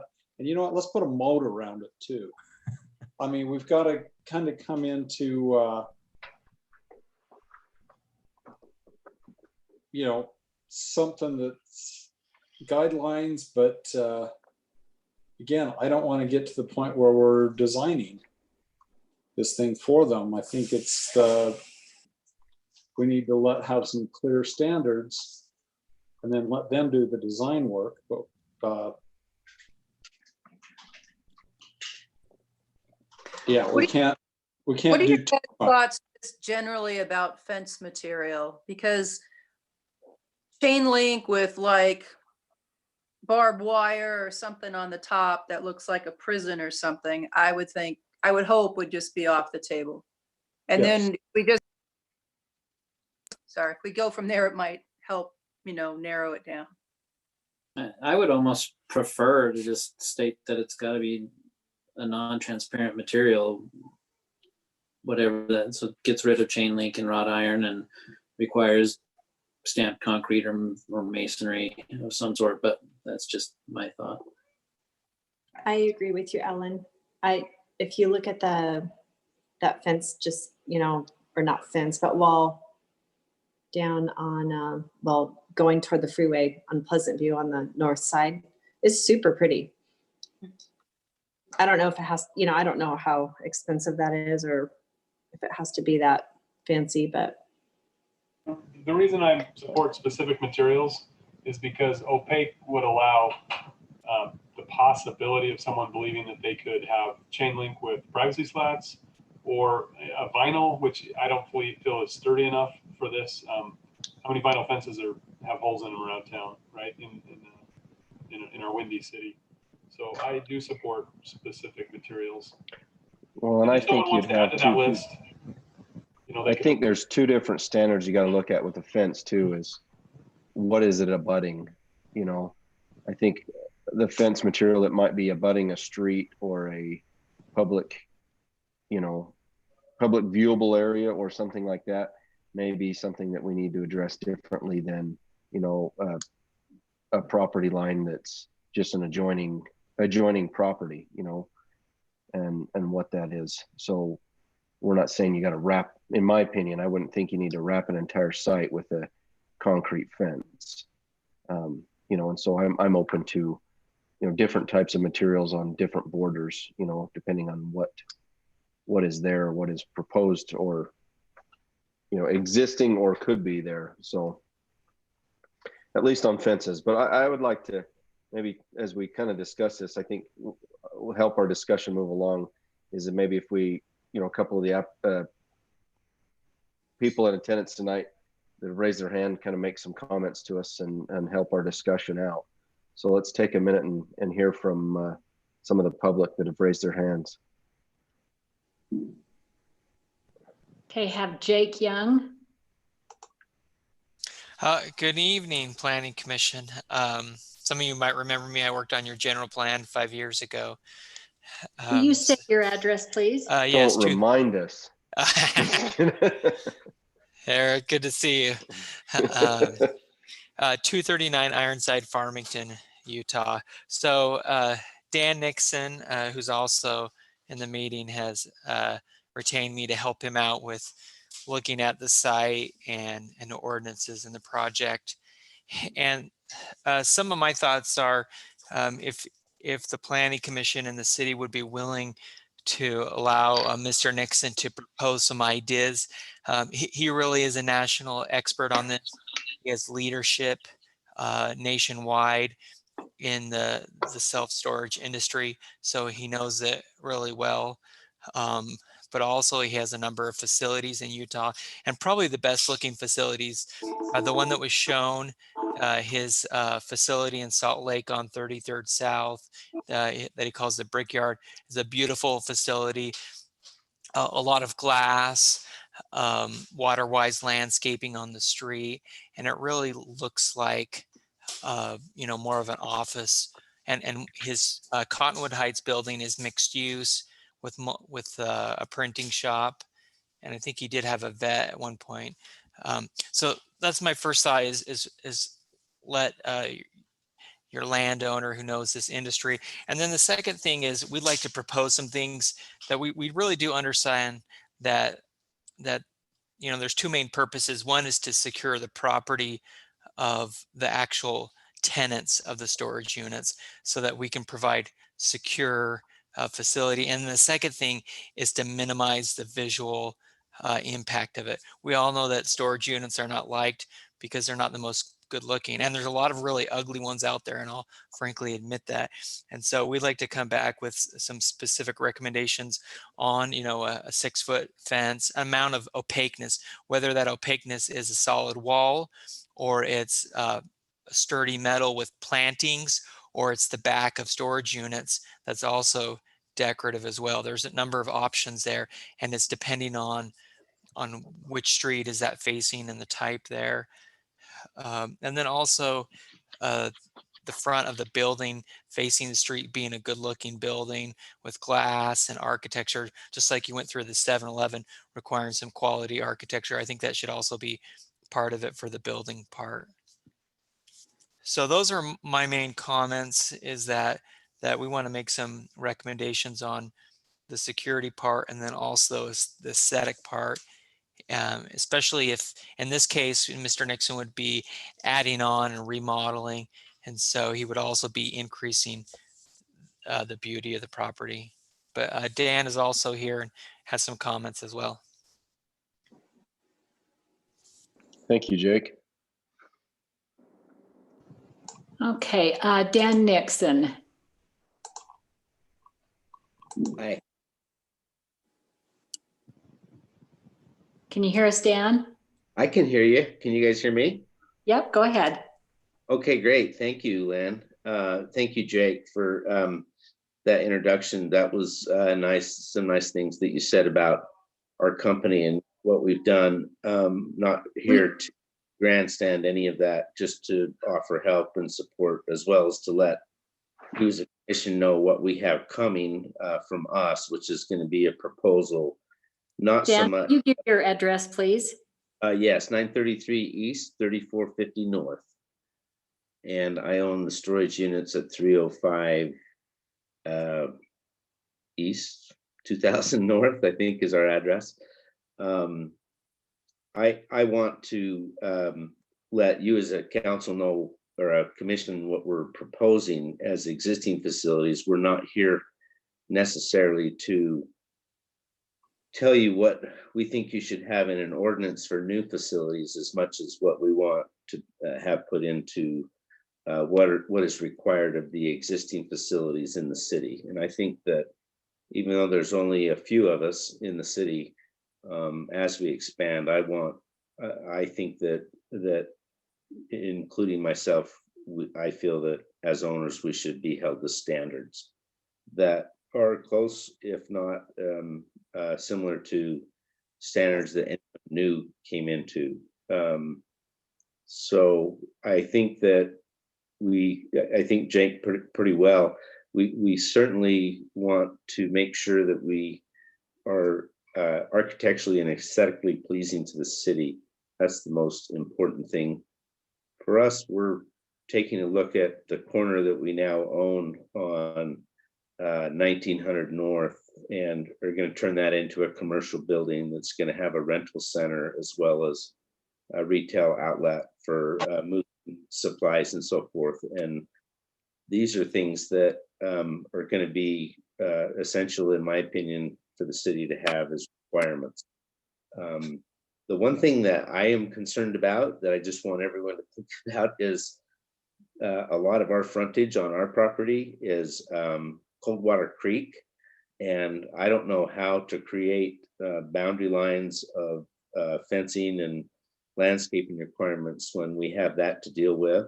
So one of the reasons that I retained Jake is he has a lot of experience in his landscape architecture industry, and he is going to help us with something that we can come up with. And it might even be part of having public space, since the city owns a lot of that property on the other side of that creek. So I want you all to know we'll be coming forth with something, and I hope it will help with what you're trying to consider tonight. I think that again, a lot of the requirements that we present you, and again, another reason that I've retained Jake is we've retained him in several of our developments, and he actually has the experience to help write ordinances and write drafts that help cities to at least get started so that the public comments can come forth. And we're willing to do that. And we hope that you'll accept our invitation to offer that help. Thank you. Next is Christina Watson. Hi, this is Christina Watson, 1820 North, 100 East. I really enjoyed hearing Jake and Dan and their comments. I feel like my initial understanding was that that storage units were always in either an industrial or manufacturing zone in every city, and I am not sure why. Maybe it's because of the metal buildings or the high percentage of concrete and driving areas, not enough green space, that kind of thing. And that's just a guess, but maybe Brandon has already researched this of why it's in a manufacturing zone, or if that's always the case. But I feel like it would be beneficial to get Dan, Nixon, and Jake involved in that and not have to reinvent the wheel and try to guess of which zone it was supposed to be in. But I personally believe that it would fit more in a manufacturing or industrial zone by the way that looks, and also the traffic.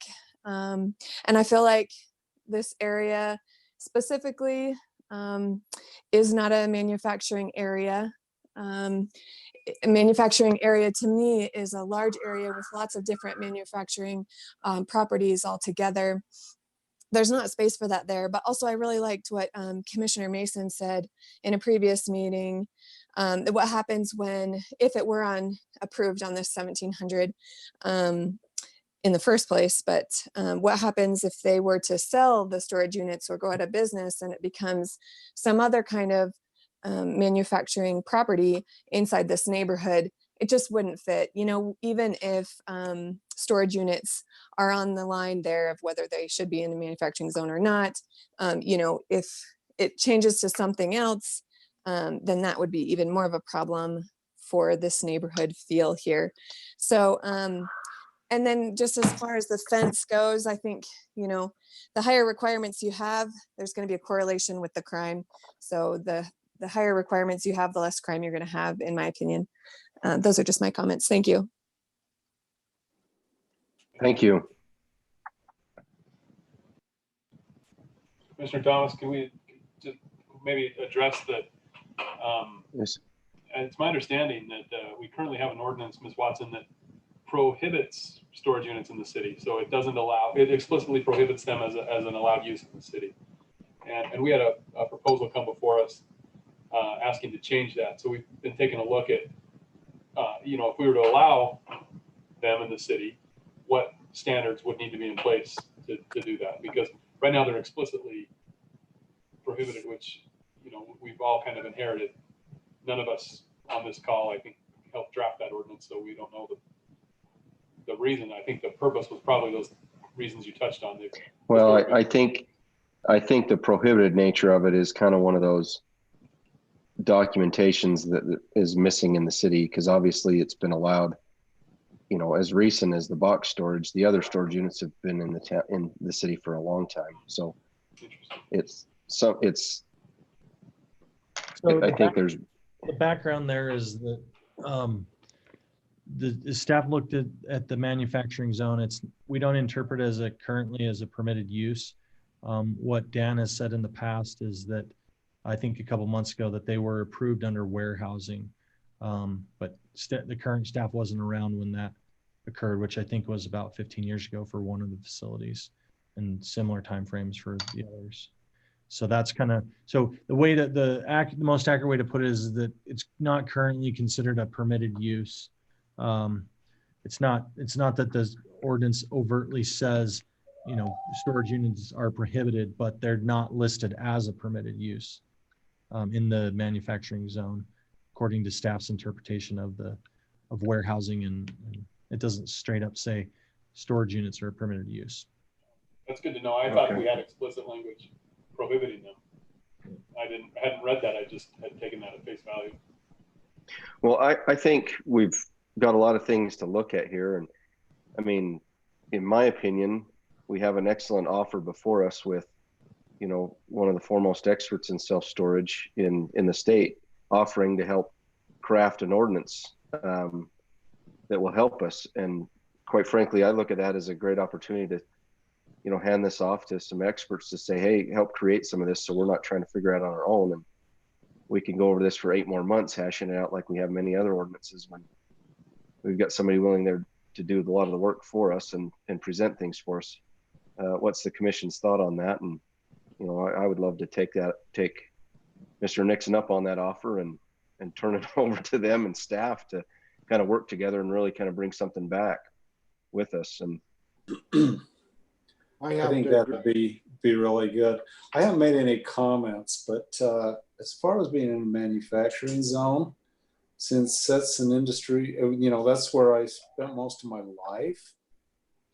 Manufacturing, I mean, yeah, you go from the old Geneva style iron and steel works to, there's a lot of, I mean, manufacturing zones aren't necessarily these ugly armpits that everybody is talking about, because it all depends on the type of industry and where it is. I know a lot of manufacturing facilities that are in the middle of commercial zones and people don't even know it, you know, in other places where they're allowed. But I think it comes down to just having clear and concise standards. And if we could work with Dan to get that, I don't know that it has to be tied to a manufacturing zone. We have one manufacturing zone in the city. I don't know, you know, but I don't know that we have another zone that would be even close to being amenable to that. well, I think the big part of that is like what Rob said earlier, is if it becomes a permitted use with conditions or with development standards, and it's in a commercial zone that we have, then it opens up to all over the city of potential areas that, as long as they meet those standards, then it's an allowed use. And so with the manufacturing zone, it requires a public hearing and a rezone, which then ultimately lies at the city council to say, hey, are we going to allow this or not? And so it is just that extra step. I agree. You know, I don't want to rat hole any one thing as saying, well, manufacturing or commercial, or I'd love to create a self-storage zone and say it's its own zone. And then it has to be applied for by itself, and it can be applied for. And but we just have 2 facilities in the city now, one wanting to go through a rehab process, I guess, what Mr. Nixon's proposing and that he wants to do with his place. And so now's a great opportunity to address these things. And we have somebody else in the city that wants to do something, and so we can kind of address it all at once. So no, I'd love to have some clear standards. Well, like I said, they've also got to kind of be reasonable and make sense. And so, yeah, I'd love to see Dan work on this, where he's knows this industry far better than any of us do, and far better than just about anybody around. So, Commissioner White, do you take offense to my new background?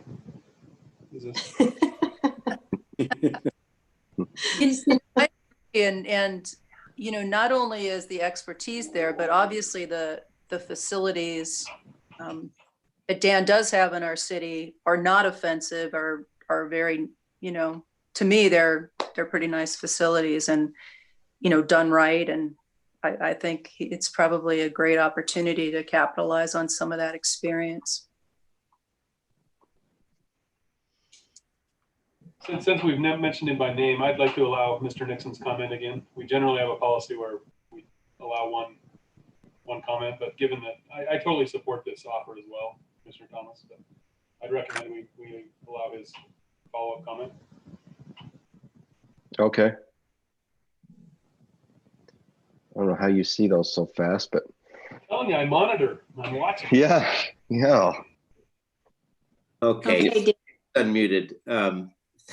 Thank you for that. And we appreciate the opportunity. We're certainly not trying to steer this. I think our direction from Jake that I'll give to Jake is to certainly work with staff before anything becomes public. We want the staff to feel good about what gets proposed, so that it doesn't appear or seem like it's our idea. We just want to input things based on the cities that I've developed. And maybe I should say we have developed properties in cities in commercial zones. We have a tendency to want to be in those locations, but you kind of have an anomaly in North Ogden City where the manufacturing zones are really in some of the most prime commercial land of the city, and you really don't have any land in the city where you can have maybe a manufacturing park or something. So one idea might be to modify the manufacturing zone, the MP zone.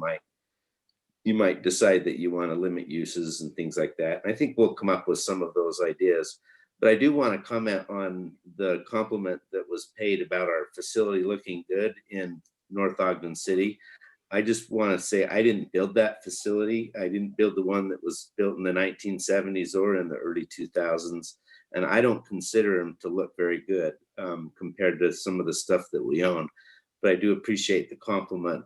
And I think if you are patient and we can help and work together, I think you'll like with what we propose. It'll look a lot better than it does. There's certainly some unsightliness to these buildings that some of them are 45, 50 years old that we need to make look better. But I do appreciate the nice compliments. Mr. Nixon, so obviously your willingness to help us with an ordinance is because you have a pending proposal coming, right? There's been a little confusion, I think, because we just recently had some discussions about these on 1700 North. Is your pending proposal, is it on 1700 North? It doesn't sound like it is. No, it's only the facility that we currently own. And so, but I think that some of what we add to what we're proposing for our project, which would, I guess, be a conditional use permit with standards to expand our existing facility. We don't have anything to do with the proposed applicant on 1700 North, but we're happy to participate in ordinance standards that the city would want to see in a new facility as well. We've done both. And so that would go back to our other comment from what we heard earlier from Ms. Watson, that I think there was a little confusion there, that your proposal was, your pending proposal, forthcoming proposal, is the one that is over on 1700 North, and that's not. Those are two different things. Yeah, ours will be on industry. Yeah, we own between 1900 and 2000 North. But I think you'll see design standard proposals in our system that definitely will be able to carry out into any new facility proposals.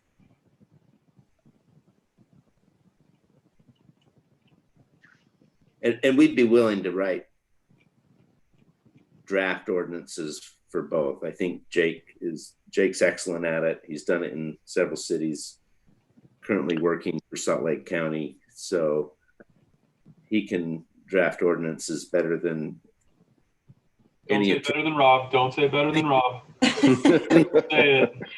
And Jake's not an attorney too, so I like that about him too. No offense, the attorneys. All right. Well, thank you for your comments and your willingness to help. You're welcome.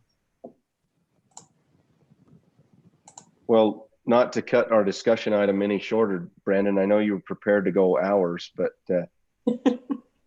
I would suggest turn things over to Steph and to Mr. Nixon and Jake, and we kind of see this another day. Agreed. Okay. I think we'll have the ability to pick it apart. We're not inviting him to craft law that won't be reviewed by us and by the public, but to have that as a starting point, fantastic. Yeah. All right, well, thank you. Let's move on to any remarks from planning commissioners.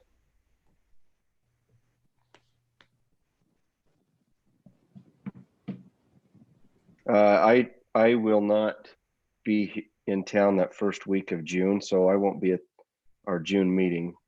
Commissioner Mason, will you be there and be able to conduct, since you're so good at monitoring the hand I've got raisers? one skill, man, and it's watching for raised hands. Sure. Okay. Is there, I mean, as we're creeping up on summer and everybody's dying to get away from their houses because everybody's been cooped up, is there anything as we foresee through the summer, schedules that we feel like we need to adjust or meetings need to adjust from the normal first and third? Obviously, I think the first Wednesday in July, is that actually July 1st? It is. Is that week conflicting with anybody on that week? I'm going to be gone. Okay. I think I am actually gone that week as well. So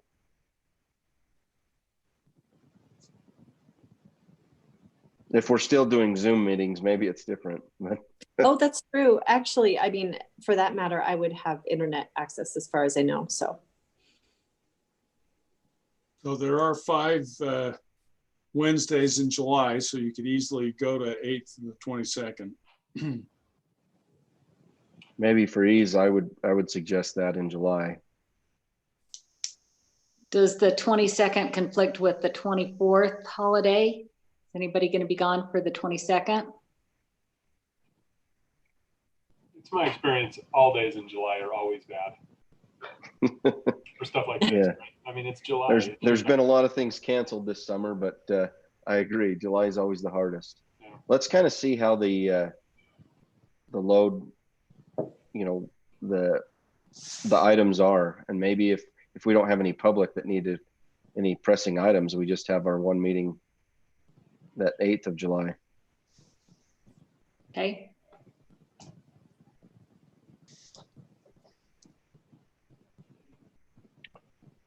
All right, any other remarks from commissioners?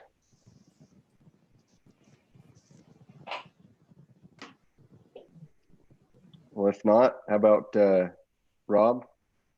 A couple of things to report on, commissioners.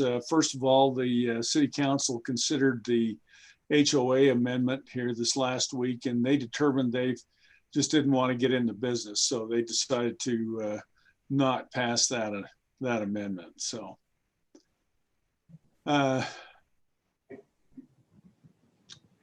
also, speaking of calendars and that, staff has been communicating with the developer of the Cooperstown project, and they have requested that there be a joint work session with the city council on June 2nd.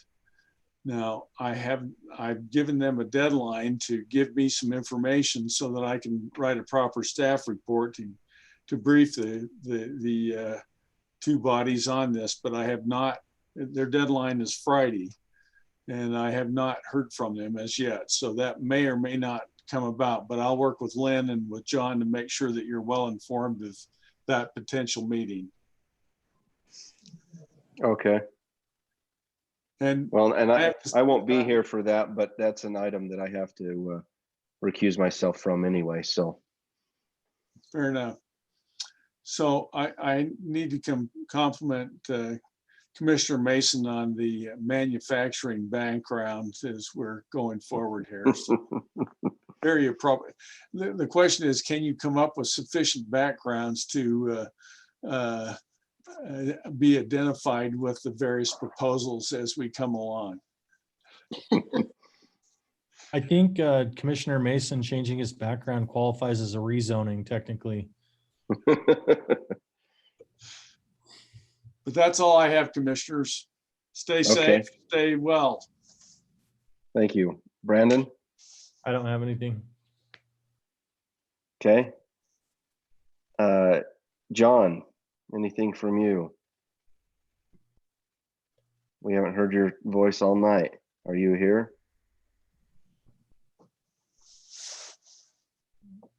Sorry, I muted myself on. Yes, I'm here. I don't have anything to say. Okay. Well, that's our meeting for tonight. We have a motion to adjourn. I move we adjourn. To adjourn. Second. Okay, motion and a second to adjourn. All in favor? Aye. Aye. Any opposed? All right. Thanks for participating, guys. Thanks, you guys. Thank you all. Maybe by this time next year, we'll be actually in a building. That would be nice. All right, see ya. Bye.